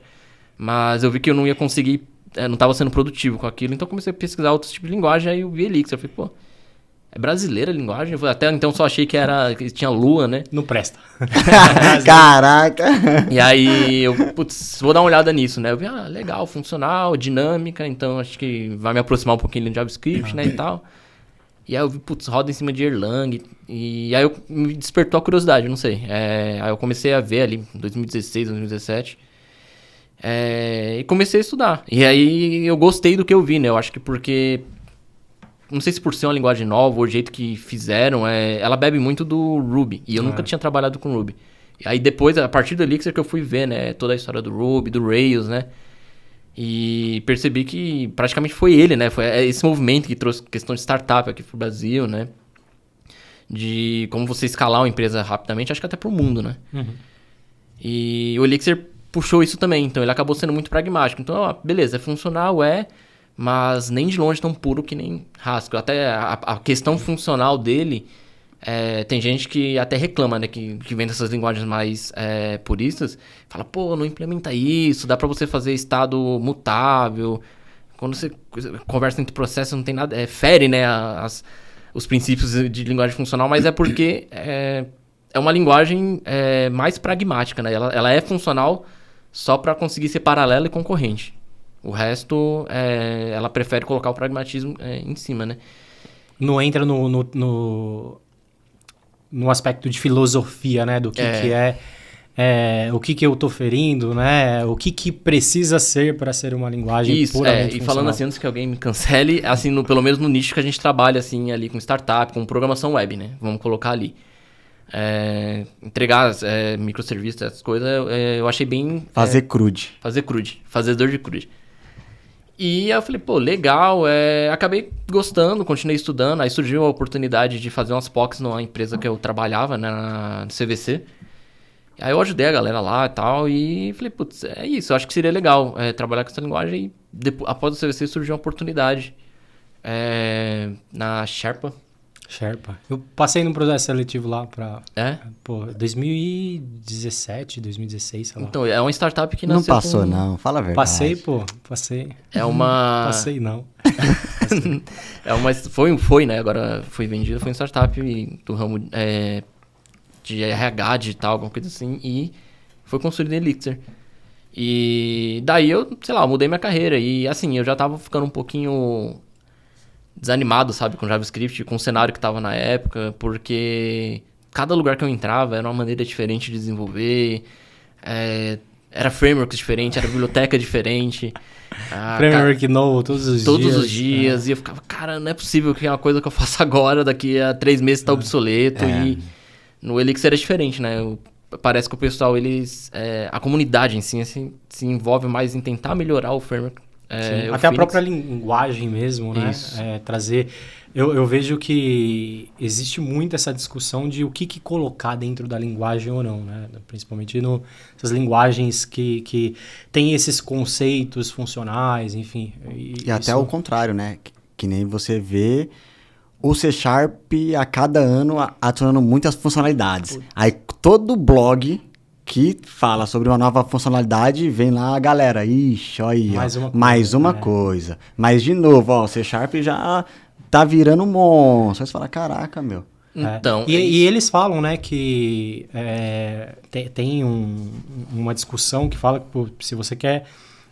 se você vai levar uma feature, né, para a linguagem, você precisa rever e pelo menos tirar 2. Né? Então, eu vejo muito isso. E aí, na verdade, eu vou puxar esse tema, tá? Mas aí, só concluir aí, Vini. Não, eu ia comentar que essa questão de features, né, foi muito bem elaborada quando o Valim pensou no Elixir, né? Porque antes dele criar a linguagem, ele parou e foi estudar. Então, ele leu aquele livro Seven Languages in Seven Weeks. E... Pragmatic... Eu acho que é da Pragmatic Studies, isso. E ele foi ver como outras linguagens se comportavam, como que elas funcionavam, né, em si. Porque eu acho que ele até comenta em algum lugar, não sei se é em vídeo ou em texto, que ele começou a tentar fazer o Elixir em cima do Erlang, mais orientado a objetos. E não funcionou. Ele, porque o Erlang ele é funcional, né, que é o runtime onde o Elixir roda. Depois ele falou, não, parou. O que eu tô tentando fazer? Eu tô tentando implementar orientação a objetos para conseguir reusabilidade de código, mas reusabilidade de código não necessariamente quer significar herança. Então olhou para cima e pegou algumas features, e uma dessas features que eu acho muito legal, ele pegou, acho que inspirado no Lisp, que é macros. E com macros você consegue meio que gerar código a partir de código no próprio Elixir, então você consegue estender a linguagem a partir de bibliotecas. Você, em vez de adicionar mais features no core da linguagem, você cria uma biblioteca, instala a biblioteca e ele meio que estende. Você cria uma sintaxe nova, é meio uma coisa bem doida. Magia negra. Mas não é porque então Elixir é melhor que toda a linguagem do mundo. O que eu vejo é que, na verdade, pararam, olharam tudo que a gente fez como humanidade, onde a gente errou, pegaram boas partes de outras linguagens e colocaram lá. E tem coisas ruins também na linguagem, como toda linguagem tem, não é perfeito. Mas o combo é bem legal, assim, e foi isso que me interessou, entendeu? Que fez até hoje, né? Eu tô trabalhando focado na minha carreira em Elixir. Eu meio que voltei, assim, saí do JavaScript. É você ver o que fizeram, né? E não fazer igual. Né? Isso, é mais ou menos como se fosse isso. Eu tive bastante introdução em Elixir, né? Olhei bastante. Olhei algumas linguagens, o Can, né? O Camel, né? Que é o F# deriva ali. Eu olhei mais pela sintaxe. É bonita a sintaxe do Camel. Do F#, o F# também. E aí me apresentaram o Elixir, né? E tem um storytelling legal, né? O storytelling, né, do Elixir em cima do Erlang, né? De como foi concebido, ele é legal. E aí tem features, cara, o Live View do Phoenix. O Live View é foda, hein? É animal. Aquele negócio, né? De você conseguir trocar código, né? Sem ter que derrubar a aplicação. Isso também pra fazer gambiarra é bom, né? É bom, assim, o pessoal do Erlang usa bastante, sim, mas o Elixir é menos usado justamente por ser perigoso. É perigoso, né? Mas acho que uma coisa que é muito bom, assim, que eu não consigo achar em nenhuma linguagem é tolerância à falha do Erlang e do próprio Elixir, né? Porque ele herda. Eu não consigo, eu não achei até hoje nenhuma linguagem que implemente essas features de tolerância à falha direto, assim, na própria runtime, digamos assim. Que você consegue controlar. É como se você controlasse microserviços, só que a nível de código. Então você consegue ali isolar erros. X parte do meu código falhou, mas o serviço não vai cair. Ele vai tentar reiniciar só aquela partezinha ali. Então isso não é nem característica de funcional, sabe? É do próprio runtime em si.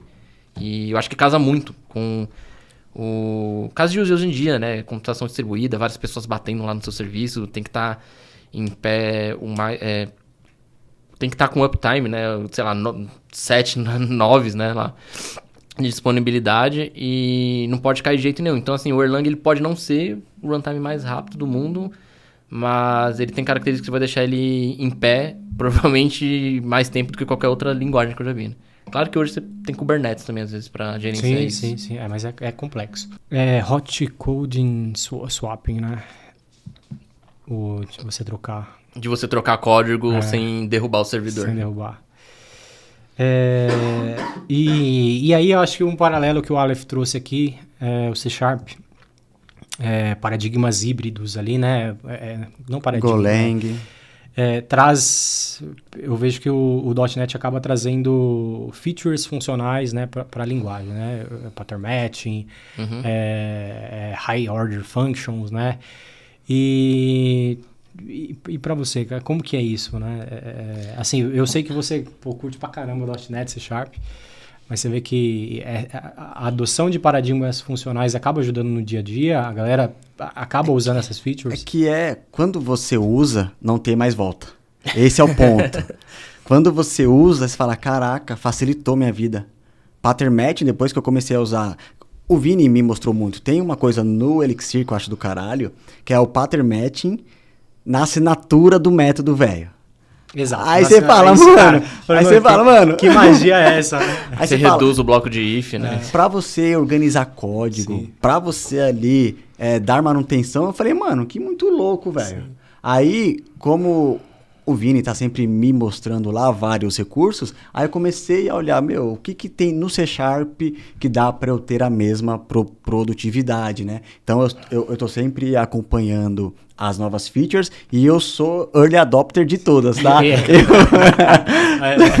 Até teve esses dias aí tem... Mano, tem agora no C# o file scoped, né? Você gera uma classe, um tipo que é exclusivo somente para aquele arquivo. Por que foi criado isso, né? Porque agora no C# também tem metaprogramação com Search Generators.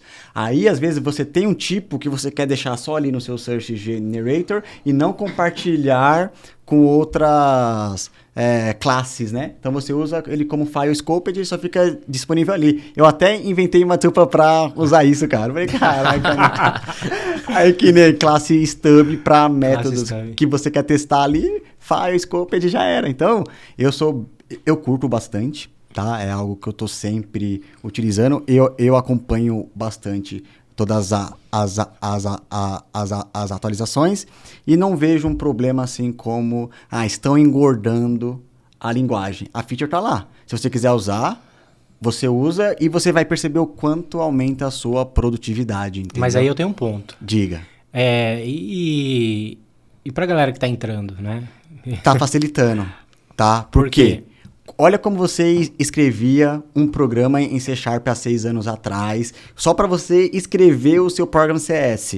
Tinha declaração de namespace, tinha a declaração dos métodos main, tinha o argumento args como string. Aí você fala, caraca, é muito código só para eu fazer um setup, né? Um setup. Aí hoje eu vejo que a Microsoft está com bons olhos para ter uma experiência de novos entrantes melhor. Agora você escreve um Program CS só direto com o seu statement, né? O código que você quer executar igual você faz com o Node. Por que o pessoal vai pro Node? Você consegue fazer bug muito mais rápido, né? O C# você demorava. Porque até rodar, fala, rapaz... Isso acontece com o Java também. Eu acho que... O Java, isso. Eu acho que foi invejinha aí da Microsoft e da Oracle com o pessoal postando lá no Twitter. Pra fazer um Hello World em Python, em JavaScript é uma linha. Em Java. Em C#. Aí eles diminuíram o Hello World agora. E o C# tá muito legal com isso. E você vê que eles estão com essa ideia não só, por exemplo, ali pro startup da sua aplicação. Estão criando features para diminuir atrito. Então eu acho que hoje, para quem vai começar com C# tá mais fácil. Tá? Só que qual que é o problema? Eu tenho muita feature. Como que eu vou aprender C#? Qual que é o meu workflow de aprendizado? Então isso... pode ser complexo, mas eu acho que para toda linguagem tem Vamos isso, aprender tá? listas em C# e aí você vai passar um ano aprendendo tipos de listas. Aí lascou. Né? Immutable, e toda a versão. E agora tem uma coisa chamada Frozen List. Aí você fala, caraca, mano. Mais uma que eu vou ter que aprender ali. Tem o caso de uso, né? E tem linguagens que optam por trazer essas estruturas de dados direto na biblioteca padrão, né? Exato. Assim como tem linguagens que, por exemplo, Rust, geralmente você instala, né? Essas coisas como bibliotecas. Então, no Rust, fala um pouquinho pra gente aí. O que de Rust? O hype, que agora... Assim, aqui no Brasil ainda tá meio hypado, tem uma galera reclamando lá fora de complexidade. Mas é difícil. É legal, mas é difícil. Legal. O Aleph também pegou, né? A gente fez uma jornada junto. Foi legal. Aprendendo Rust. E aí, como que é? Mas... fala um pouquinho da linguagem, né? Na verdade, porque eu acho que tem gente que... Curva de aprendizado. Alta é uma linguagem que resolve... Vale a pena investir para os problemas do dia a dia? Depende do que você está falando de problemas do dia a dia. Ela é feita... Crude. Não. Ainda, assim, quando a gente estudou, era praticamente impossível você conseguir fazer um crude com produtividade. Hoje até você tem alguns... Tá, mas quanto tempo pra eu conseguir fazer um crude? Geralmente mais. Geralmente mais do que as linguagens de C#. Pra você declarar uma variável já é um parto, meu irmão. Você quer usar essa variável em mais de um método, aí você vai lá, caraca, agora eu tenho... Lifetime, né? Lifetime. Mas agora eu tenho shadowing. Aí fala, caraca, agora... É difícil. É difícil. Mano, mas tem um livro lá, qual que é o nome daquele site que tá ali? Isso. Mano, esse livro aí, você lê, é muito bem documentado.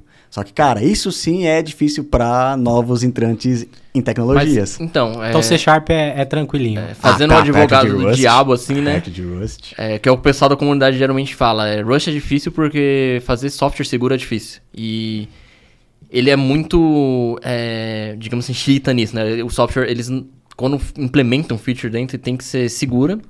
Não pode ter penalidade de performance. E não ter o garbage collector também acaba ajudando, né, nessa questão de complexidade. Mas o Rust, ele nasceu para ser uma linguagem de programação de sistemas, De sistema, exato. Então eu preciso gerenciar a memória na mão no Rust? Não tem... Você, mais ou menos. Com esses recursos de lifetime e tudo isso, você acaba ali que intrinsecamente você tem que pensar assim, porque você tem que mudar a maneira de você pensar para implementar em Rust. Tá? Tanto que ele trouxe bastante coisa de OCaml, né? Que você falou de OCaml lá com o F Sharp também. Então, por exemplo, variáveis são imutáveis até você falar que não. E quando você precisa mutar ela em questão de programação paralela, por exemplo, aí você vai ter que lidar com mutex, igual em C. Sim. É você dar a responsabilidade pro cara fazer, né? Tipo, beleza, você quer... tudo é mutável, né? É imutável, na verdade. Tudo é imutável por padrão. Por Até padrão. que você... Isso. Pô, preciso, né, dessa variável mutável, né? Bota Você o mute assina lá. e beleza. Você assina o contrato de que, pô, pode dar problema, você já sabe, né? Isso. O que, na minha opinião, o Rust veio para resolver? É o cenário onde C++ é aplicado, por exemplo. Porque qual que é o maior problema de C++? É a insegurança de memória. Você ter memory leak, você ter bugs que são difíceis de você perceber eles no tempo de compilação, de você ter um linter para poder pegar aquilo para você. E até o programador, né? Entender que ele tá fazendo cagada ali. merda. Que faz parte. Merda. Porque você tá Pode falar. gerenciando memória na mão do jeito de ser, né? Assim, C e C++, eles são muito permissivos. Você tem que saber o que você tá fazendo. Eu não vou culpar a linguagem. Tipo, você escolheu, né? Ela tava lá, não te forçou. Então, isso gera... Para empresas que lidam com isso, por exemplo, a Microsoft, acho que a Mozilla, porque nasceu na Mozilla, né? O Rush. Então, você implementa um navegador, por exemplo. É algo que não dá pra fazer em uma linguagem de aplicação, né? De alto nível. Precisa de performance. E segurança. Segurança a segurança veio exatamente disso, porque muito desses bugs de memória abriam brechas para você explorar vulnerabilidades na própria memória, entendeu? Então, vazar dados a partir dali. Então, o Rush ele veio para, assim, tentar resolver isso. E aí tem aquela coisa, se compilou, você não usou nenhum safe lá dentro da linguagem, então quer dizer que tá seguro e vai rodar. Mas tem um preço ali, Até rodar, né? Tem um preço. Isso. Você briga muito, no começo, você briga muito com o Bauer Checker, né? Que ele fala, que o compilador dele ele é bem amigável, assim. Você tem um erro, mas ele aponta chato. certinho. É ele amigável, mas é chato. É chato porque ele quer um negócio 100% seguro, Isso. entendeu? Então, às vezes, até pra você alocar uma string, né? Nossa, como é difícil, velho. Tem dois tipos Slice de string, né? Que é string. slice e string. Mas assim, a performance é muito boa do software, geralmente, por não ter garbage collection e ter várias otimizações. E ele bebe muito de metaprogramação, né? Rust. Ele pegou bastante de E metaprogramação além do GC, ele não tem a máquina virtual, né? Não, ele é compilado diretamente para código de máquina. Pô, legal. Igual o C. E o que né, aprendendo uma linguagem dessa, o que dá para aprender aí pro dia a dia? Né? Não é... Mas isso é legal, viu? O nosso Isso cenário é legal. de desenvolvimento de software, né? Na Blue a gente tá fazendo algumas POCs, né? Na BMS para utilizar Rust, né? A gente tem uma volumetria de dados muito grande, né? É uma carga de dados bem alta, né? Um dos requisitos é latência. E custo de infraestrutura é caro, né? E Rust foi uma das linguagens que foi avaliado para se implementar. É óbvio que o pessoal está apanhando bastante, né? Faz parte. Mas beleza, né? A linguagem ela resolve o requisito de negócio, né? E no dia a dia, o que dá para aprender com uma linguagem dessa e vocês acham que, para mim foi benéfico usar no C Sharp, para mim foi benéfico eu aprender isso para usar no Elixir? Isso é legal. Eu vou responder rapidinho essa aqui, que eu tenho dois casos bem legais. Eu evoluí como programador aprendendo novas linguagens. Lembra na DOTS, quando a gente foi aprender Golang? Golang. A gente Vou entrar nisso também. Ah, legal. Eu quase mudei a minha carreira, desisti de C Sharp para virar dev Golang, né? Então, o que eu gosto é aprender novas linguagens, hoje agora, né? Para aperfeiçoar o meu C Sharp. Então, com Golang, quando eu aprendi Golang, quando eu fui voltar para programar com C Sharp, eu estava ali até resolvendo o mesmo problema de maneiras diferentes. Então, isso foi legal. Por exemplo, tupla. Tupla eu usava muito pouco em C Sharp. Em Golang, para qualquer método que trata erro, sempre retorna a tupla lá, ok, e o seu dado, né? Então, isso eu comecei e falei, tem esse recurso, como que eu faria em C Sharp? Então, muita coisa legal eu aprendi, tanto com Golang quanto com Rust, para melhorar as minhas técnicas de Dev C Sharp. Até a nível entendeu? de abstrair as coisas, porque essas linguagens tanto até o Elixir, né, o Golang, são linguagens que não tem uma abstração muito grande em cima das coisas, né? Você vê São que mais simplistas. são mais simplistas. Isso, são mais puristas, Você vê né? que isso te ajuda existe uma cultura muito forte, né, no C Sharp a nível de abstração, de usar interfaces, né, injeção de dependência, inversão de controle, e essas coisas, né, resolvem problemas, mas se você não usar, né, você está usando por osmose e beleza, você tem um software complexo, né, muito genérico, né, com muitas abstrações, difícil de testar, né, Sim, difícil de entender. sim. E você acha que te ajudou nesse sentido ou não? Ajudou sim, tá? Ajudou sim. Quando, que nem eu comentei lá, com Golang, eu percebi muito que e por que eu não segui com Golang, tá? Listas e generics. Rapaz. Aí, porra, rapaz. 2020, que foi 2019, 2020, não tinha generics no Golang. Não tinha. Tem hoje? Hoje tem. Hoje tava lá, a gente tava até pesquisando esses dias, que a gente entrou nessa Aqui, ó, eu juro pra você, tem uma pergunta que tem aqui, ó, generics em Golang. Eu juro pra você. Porque era uma dor também que eu senti. Porque a gente vem de C Sharp, a gente já tem o generics, mas é em runtime. No Rust é em tempo de compilação. Isso é uma coisa muito legal lá, quando você fazia generics. É legal, mas tem horas que aquilo lá te pega e você, caramba, eu não consigo de jeito nenhum. Mas enfim, depende do cenário. Exato. Aí isso foi algo que me fez, tava difícil ser produtivo sem generics, da maneira, porque eu tava, viciado em como eu implementava em C Sharp, né? Aí quando eu fui pro Golang, teve essas barreiras, e quando eu voltei, eu vi que eu melhorei muito mais, tá? Entendi. Sobre essas questões aí de abstrações que a gente tem, não só em C Sharp, mas em qualquer linguagem O, né? Uhum. Isso aí é o que moveu é aquilo, né? Toda a maturidade das linguagens de O foi em cima de abstrações. Né? Abstrações. E uma coisa que você comentou aí sobre, por exemplo, injeção de dependência. Em C Sharp, você vai criar uma aplicação ASP.NET, todo mundo acha que eu só consigo fazer injeção de dependência com interface. Aí você vê lá os códigos, por que tem essa interface? Para fazer injeção de dependência. Mas só esse foi o motivo que você quis usar interface. Então, eu vejo que dependendo do framework ASP.NET que você esteja utilizando, pode te enviesar no uso dessas abstrações. Por isso que você sempre tem que voltar para dominar o básico, né? Para você usar, por que eu tenho que usar a interface? Não é para facilitar a injeção de dependência. Eu quero ter o meu contrato ali e todo mundo que implementar essa interface... É a essência, né? É a essência. Não é para... E também não é para facilitar teste. Sim.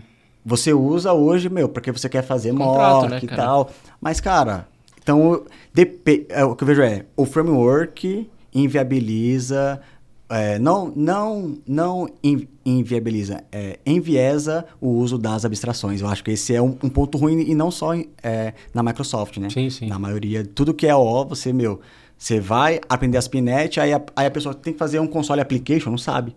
Só sabe fazer ali, usar a interface, usar isso pro ASP.NET. Para fazer um command line, lascou, já era. Entendeu? Moisés não consegue. Não consegue, porque... Eu acho que um exercício que todo programador tem que ter, né, é tentar fazer as coisas do zero, entendeu? Ser curioso. Isso. Como é que isso funciona? Beleza, eu tô fazendo, tá gerando código aqui para mim, tá funcionando, mas e por trás? E se eu quisesse fazer isso do nada? Entendeu? Tem que sempre ficar fazendo essas perguntas, ir atrás e fazer umas POCs. Não vou colocar em produção, mas é para entender. Porque se um dia der algum problema, você vai saber se virar. Você não tá refém, né? Você não, só Exato. consigo programar daquele ponto de partida para frente. Exato. E Se aí, acabou a internet, lascou. Ih, rapaz. E aí, quando a gente foi estudar outras linguagens, né, olhar, quase nunca tem aquele ponto de partida exato, entendeu? Então, você vai começar de um ponto no Rust, de um ponto no Golang, às vezes vai depender de quão maduro a linguagem tá. Então, eu lembro que antigamente, Golang, você tinha que fazer muito SQL na mão, aí veio o ORM, né, e hoje tem até gerador de tipos a partir de SQL, é bem legal. Rust não tinha nada, né, na época que a gente estudava. Hoje em dia tem alguns framework web que estão crescendo, mas mais para o uso ali de programação de sistema. Eu, pelo menos, não tenho visto tanta adoção, né? E, você perguntou o que vale a pena, né? O que você consegue tirar de outras linguagens. Acho que a abstração e o jeito que elas resolvem o problema.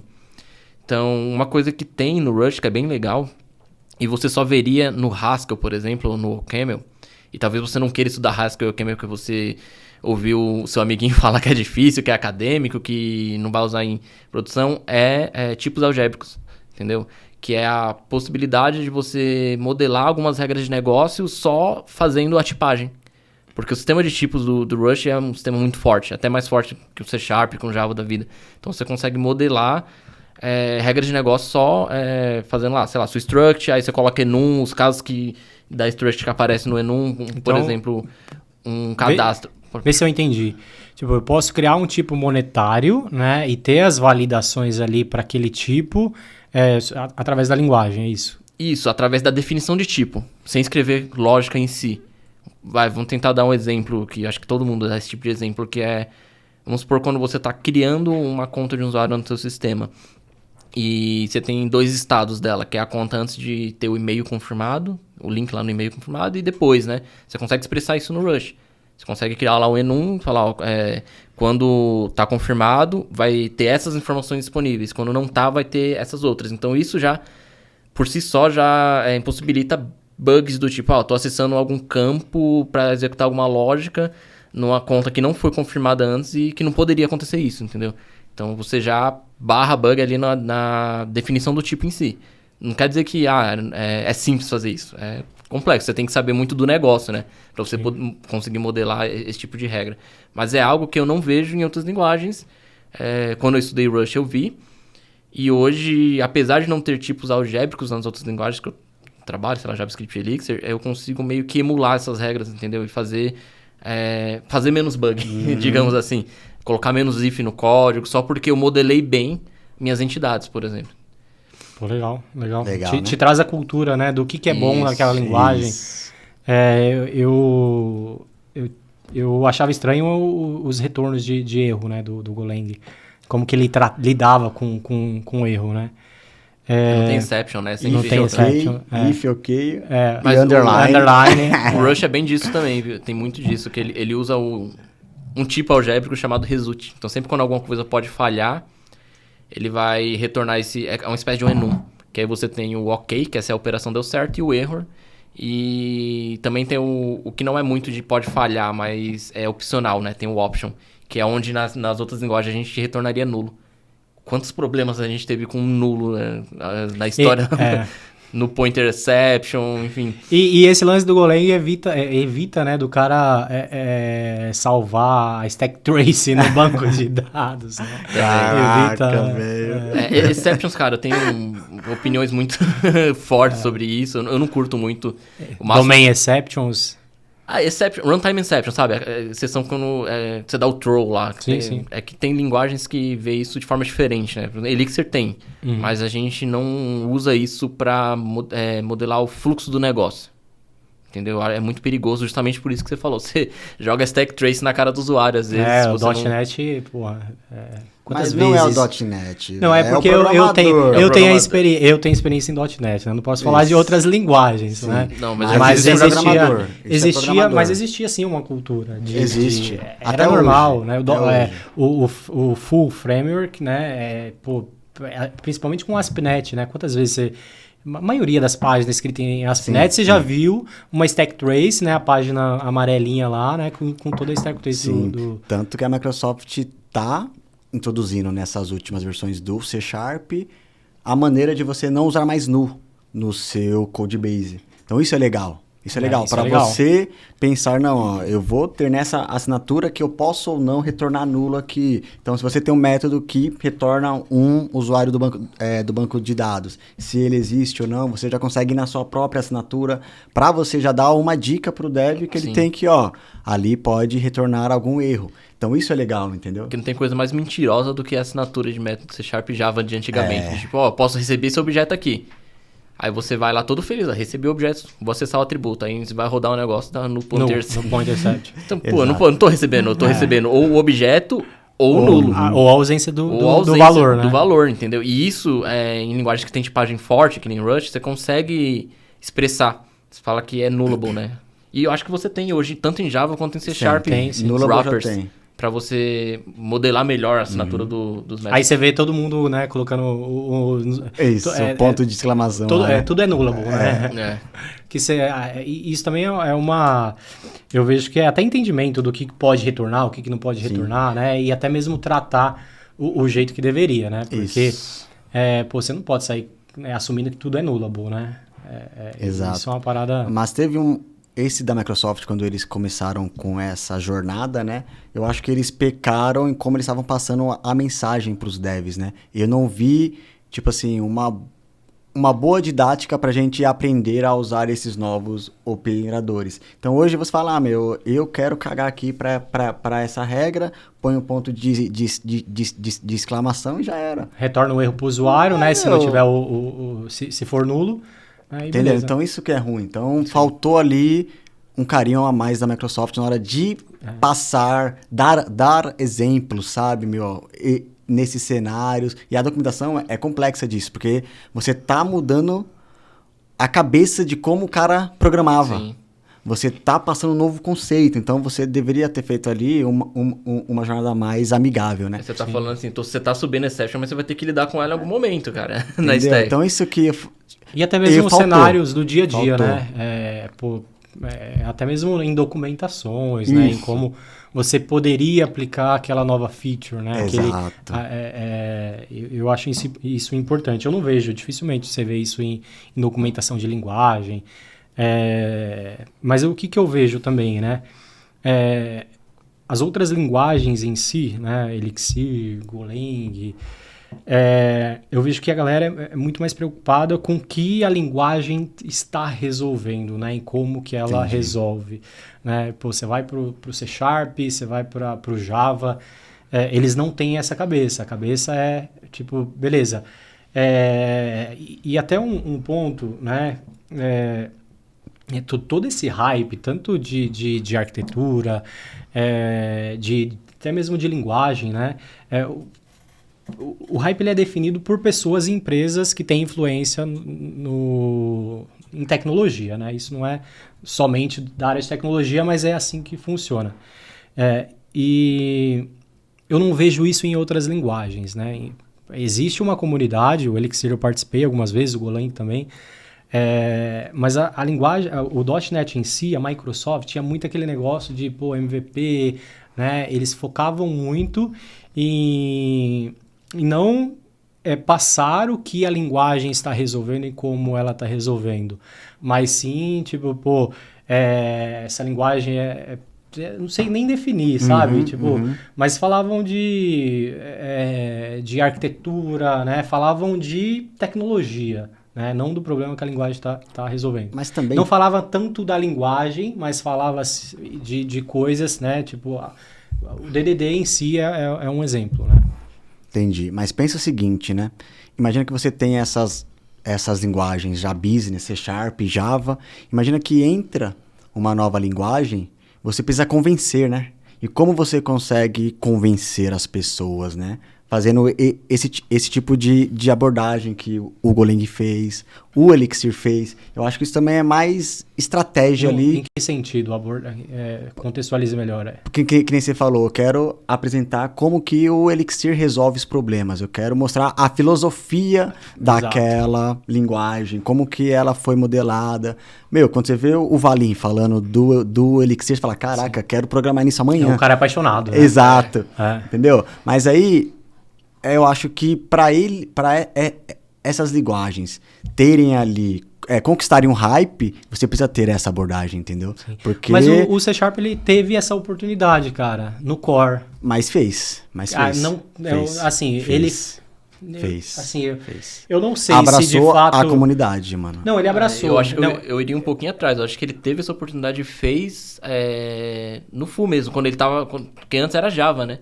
Aí veio o C Sharp para poder... que seria a resposta, né, da Microsoft ao Java. Então, eu acho que ele falou, meio que tudo que o Java faz, a gente faz e faz melhor, né? Que era, não, isso eu concordo com vocês.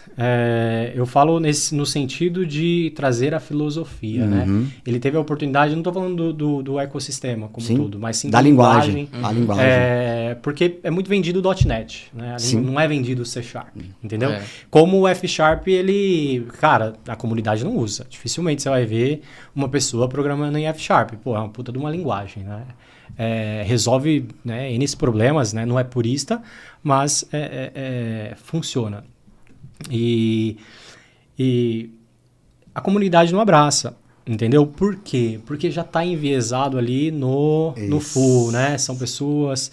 Então eu vejo assim, né? Hoje está mudando, né? Tá. A Microsoft, ela é outra empresa. Mudou ela muito. abraçou o open source, isso é fato. Cara, assim... Questão de empresa open source, a Microsoft é uma das maiores, né? Que apoia, investe bastante. A que mais investe. E até uma parada legal que eu gosto é o quê? E até tendo contato ali com, por exemplo, o Node, né? O JavaScript ali, cara, é tudo padronizado, né? Você quer... Elixir também é assim, que isso que eu acho assim. Animal. Elixir é assim. E ele só que, isso é uma coisa Você vai colocar... Só coisar meu raciocínio, porque senão eu esqueço e... Moisés não consegue. Moisés. Cara, você precisa de uma lib para alguma coisa, né? Um pacote. A Microsoft está lá. E quem que colaborou com isso? A comunidade. Pô, isso não tenho dúvidas, né? Sim. Mas o ponto eu acho que faltou um pouco de estratégia, até de marketing, para... tanto lidar com o novo público, quanto pegar essa galera, né, que já estava enviesada pro full e falar, pô, essa ideia da linguagem em si, não do framework, é isso que resolve e essa estratégia para onde que a gente está indo. Entendeu? Mas é que aí, Cadu, a Microsoft focou no .NET Core, né? Não foi na linguagem, porque era um problema, né? O full era um problema, isso, entendeu? Eu acho que foi ali o momento para resolver o BO da plataforma. Da plataforma. Da própria empresa, né? Então, aí, por isso que eu acho que não teve essa abordagem, entendeu? Mas se eu te fazer uma pergunta meio polêmica aqui, existe C Sharp sem .NET? Não. Então, eu acho que... por isso que eles nem promovem tanto assim a linguagem, né? Porque eu acho que toda aplicação que você vai fazer, você vai depender do framework. Sim. Então é meio que intrínseco, entendeu? No Java mesmo, a própria Oracle acho que não promove muita coisa assim, é mais da JVM, né? E questão de framework é mais a galera do Spring, né? Tem uns frameworks novos agora também para cloud, mas eu acho que é bem nessa linha que você disse mesmo. Quando sai uma linguagem nova, né? Eles tentam promover, a minha linguagem nova faz filosofia. Isso. Faz isso. O framework vem depois, né? O Phoenix, eu vejo que, existe uma distinção do que é o Phoenix, do que é o Elixir, né? Sim. E quando a galera vai entrar em C Sharp, né? É meio que as duas coisas. Você programa em .NET. Você entendeu? Só que o Phoenix está para o que o ASP.NET está, né? É o que o ASP.NET está. Em termos de documentação, de padronização, o Elixir bem próximo. Segue bastante esse esquema de padronização. O Phoenix tem tudo já pronto. Você não precisa de depender de pacotes externos, a não ser que você queira. E ninguém reclama. Mas na Microsoft, quando, por exemplo, eu tenho lá o padrão da Microsoft no ASP.NET. Pessoal, nossa, aí, ó, que zoado. Eu só posso fazer do jeito da Microsoft. Não, eu aí acho o pessoal legal. teve... É porque a galera não programou com Node, né? Então eu falo, tem que escolher tem que ter tudo. padrão, cara. Você vê uma lib lá pra ver quanto que é, pra ver se o número é par, se o número é... Aí você vai ver o cara parou de dar manutenção na lib tem 3 anos, né? Então tem que ter padrão. Isso é algo que eu sou muito a favor, tá? Eu acho que isso é a hype, ou sei lá, a experiência do desenvolvedor, né? No começo é tudo legal você montar assim, aí você vai ficando velho, você quer que as coisas funcionem por mais tempo, você não quer voltar, né? É. Então, você vai vendo que, pô, calma aí, se eu tô dependendo demais de open source, não é mágica, eu tenho que ver se tem alguém mantendo aquilo, né? Se vai ter uma pessoa fazendo patch de segurança, atualizando as dependências, então você vai sendo um pouco mais criterioso, né? Conforme você vai vendo sênior, acho que até arquiteto, na escolha das bibliotecas. Minha filosofia é menos é mais. Exato. Concordo muito com você. Legal. E falando de Golang, né? Eu acho que o Aleph, eu tive alguma experiência ali. Você mexeu alguma coisa, Vini? Cara, mais projetos pessoais. Já cheguei até a fazer uma entrevista de Golang no passado. Antes de trabalhar com Node, eu acho. Antes de trabalhar com Node. Na Podium, a gente tinha um projeto em Golang que era o CLI da empresa. Então, para gerar scaffolding, fazer... basicamente, todo o entry point do Dev Experience era através desse command line, né? E era feito em Golang. Eu acho que, assim, é uma linguagem bem legal para o cenário web. Ela é bem performática. Não é tanto quanto o Rush, ok? Mas gasta bem pouco memória. Usa bem os recursos, na minha opinião, apesar de ter garbage collection. O problema do Golang, na minha opinião, é que ele tem opinião forte. Então, se você não gostou de alguma coisa, você vai ter que aceitar ou sair da linguagem, porque não vai ter jeito de escapar. Então, eles tentaram, quando fizeram, né, o projeto, tentaram deixar a linguagem o mais simplista possível. Então, você vai ter ali, acho que é um paradigma, né, só que é o procedural, ou o Golang Way, né, que nem o pessoal fala, que dá pra você simular métodos também em Struct. Sim.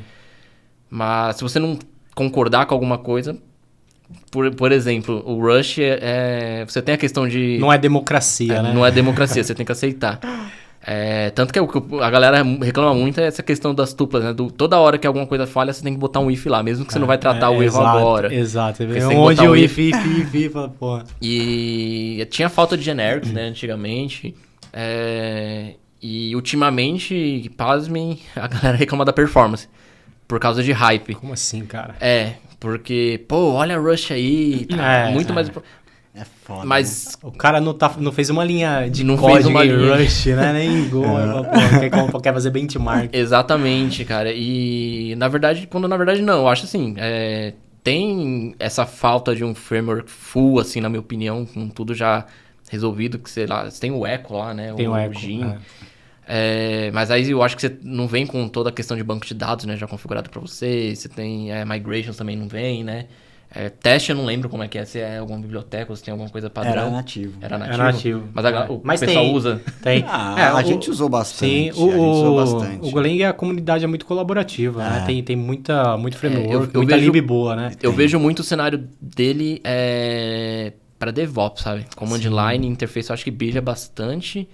E cloud é coisa para Kubernetes, mas web, assim, eu vejo pouco. Apesar que tem algumas empresas que souberam apostar nisso, né, e ter bastante performance. Você vê, acho que a Globo o sistema do Big Brother inteiro de votação é feito em Golang. Mas assim, você tem que adotar a opinião deles, né? E hoje, assim, preciso de performance. Se eu tivesse só entre Rush e Go para escolher e eu tivesse que fazer algo web, provavelmente eu ia para Go por ser mais simples, né? E deixar o Rush ali para um caso de, sei lá, extrema performance, eu preciso realmente mudar só aquela parte. E performance é relativo, né? O C# tá resolvendo muito bem com o Castro. É muito relativo. Tipo, o benchmark ele tem que ser muito bem... É contextual. Ele tem que ser muito bem feito para de fato você definir qual que é a linguagem que vai resolver seu problema. Não adianta você fazer um benchmark de Hello World, que nem todo mundo faz, né? Faz o servidor web mete lá... 30 threads lá... retornando um JSON, mete 30 threads e testa todo mundo. Se você for ver por isso, por exemplo, se você comparar Elixir e Golang ganha absurdamente de Elixir. Aí tem um benchmark, inclusive, que fizeram que é realmente muito bom comparando Go, acho que Node e Elixir. E, cara, inicialmente a Golang dispara na frente de todo mundo. Aí você começa a aumentar o workload. Chega uma hora que o workload é tão grande que o Node cai. Aí depois o Golang tá lá em cima, só que ele tem muito pico, né? Sim, sim. Por causa do E o GC. Elixir, ele é constante, E o Elixir ele vai mantém escalando. constante e não cai. Ficou mais lento, mas não cai, entendeu? E esse é um tipo de benchmark bem feito, que eu acho que deveria ter mais na internet. Não você escolher linguagem por, tô vendo o Hello World dela, ou tô vendo quantos JSON com Hello World ele responde sem acessar banco de dados nem nada. Serializar. Serializar. Pô, isso é foda. Uma parada que eu sempre gostei no Golang é o Gooper, né? Tô brincando.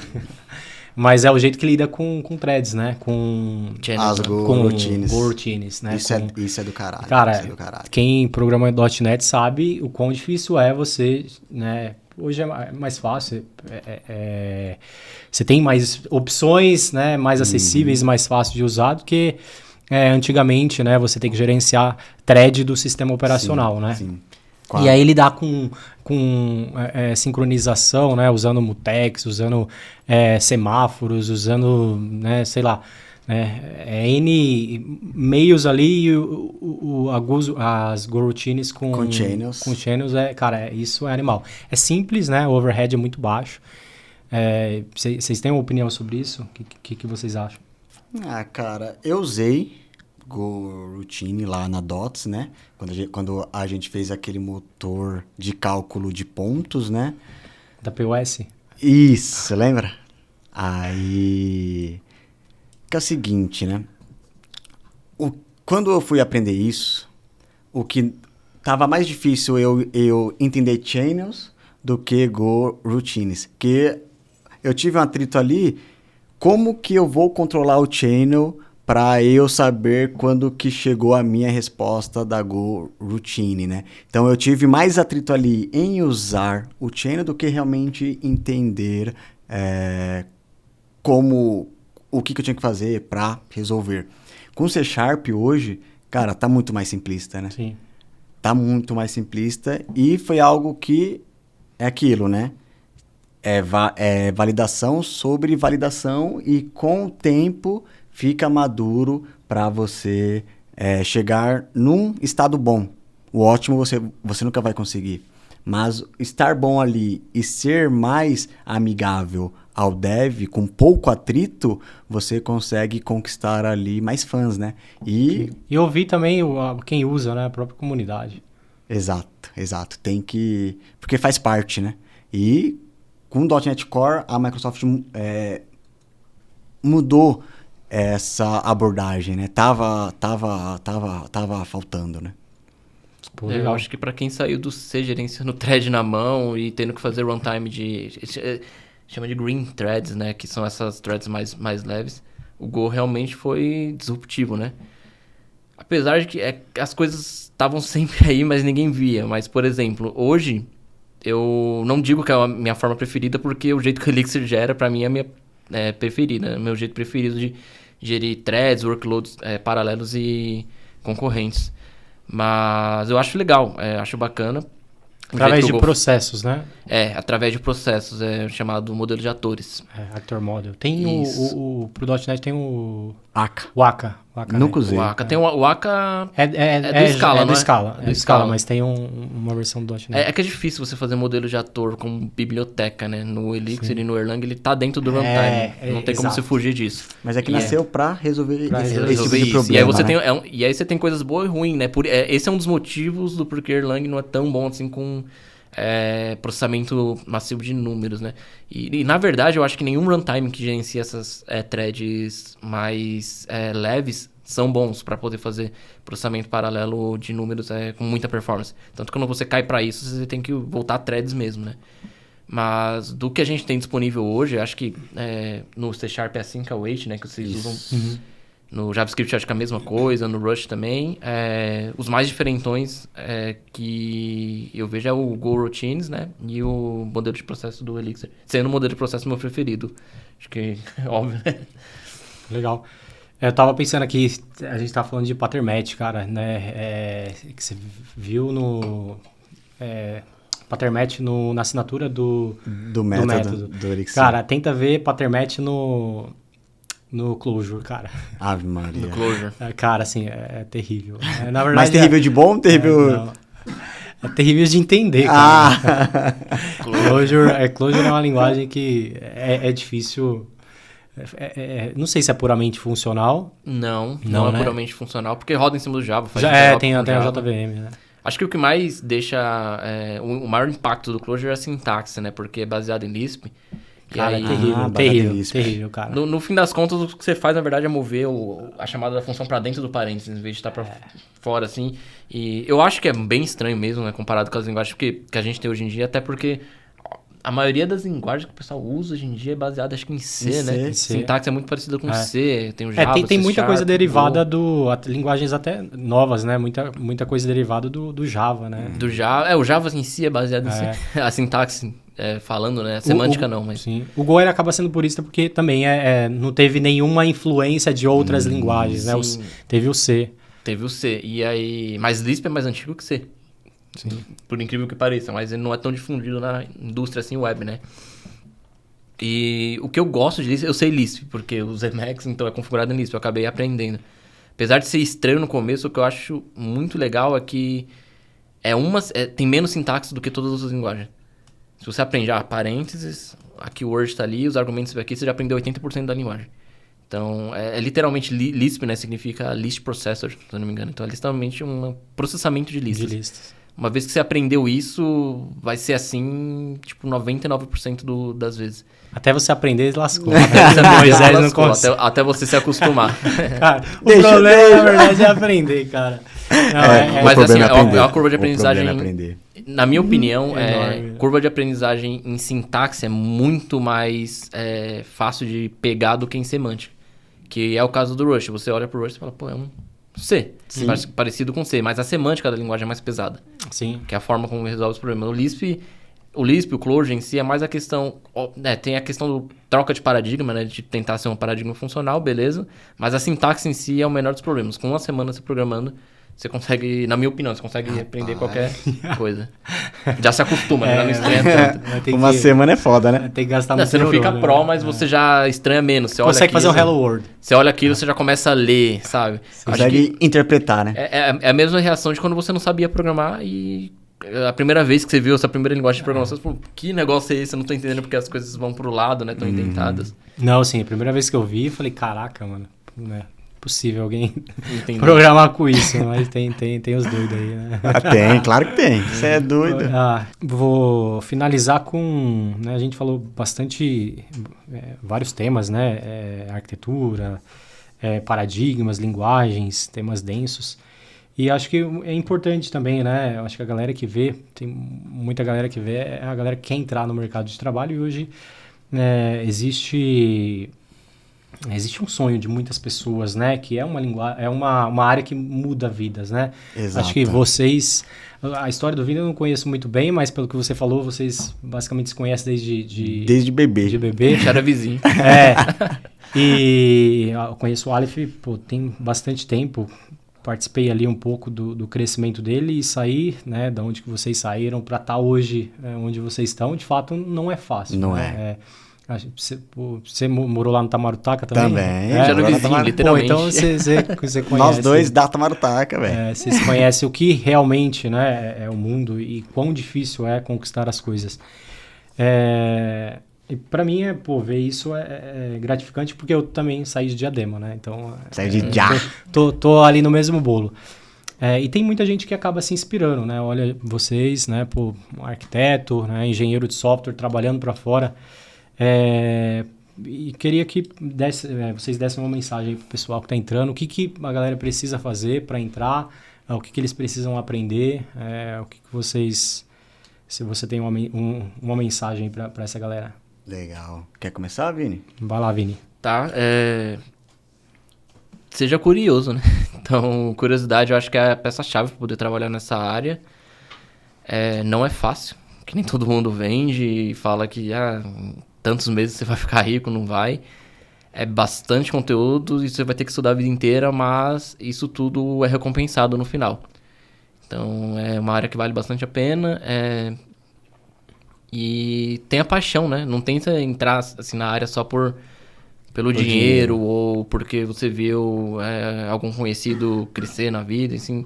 A gente tá no momento onde realmente tá em hype, né? Assim, nossa área, tudo é tecnologia, a gente consegue colocar tecnologia em tudo, mas ninguém pode garantir que é assim. Então, você tem que, no mínimo, gostar um pouquinho ali de computador, né? De tecnologia, de negócios.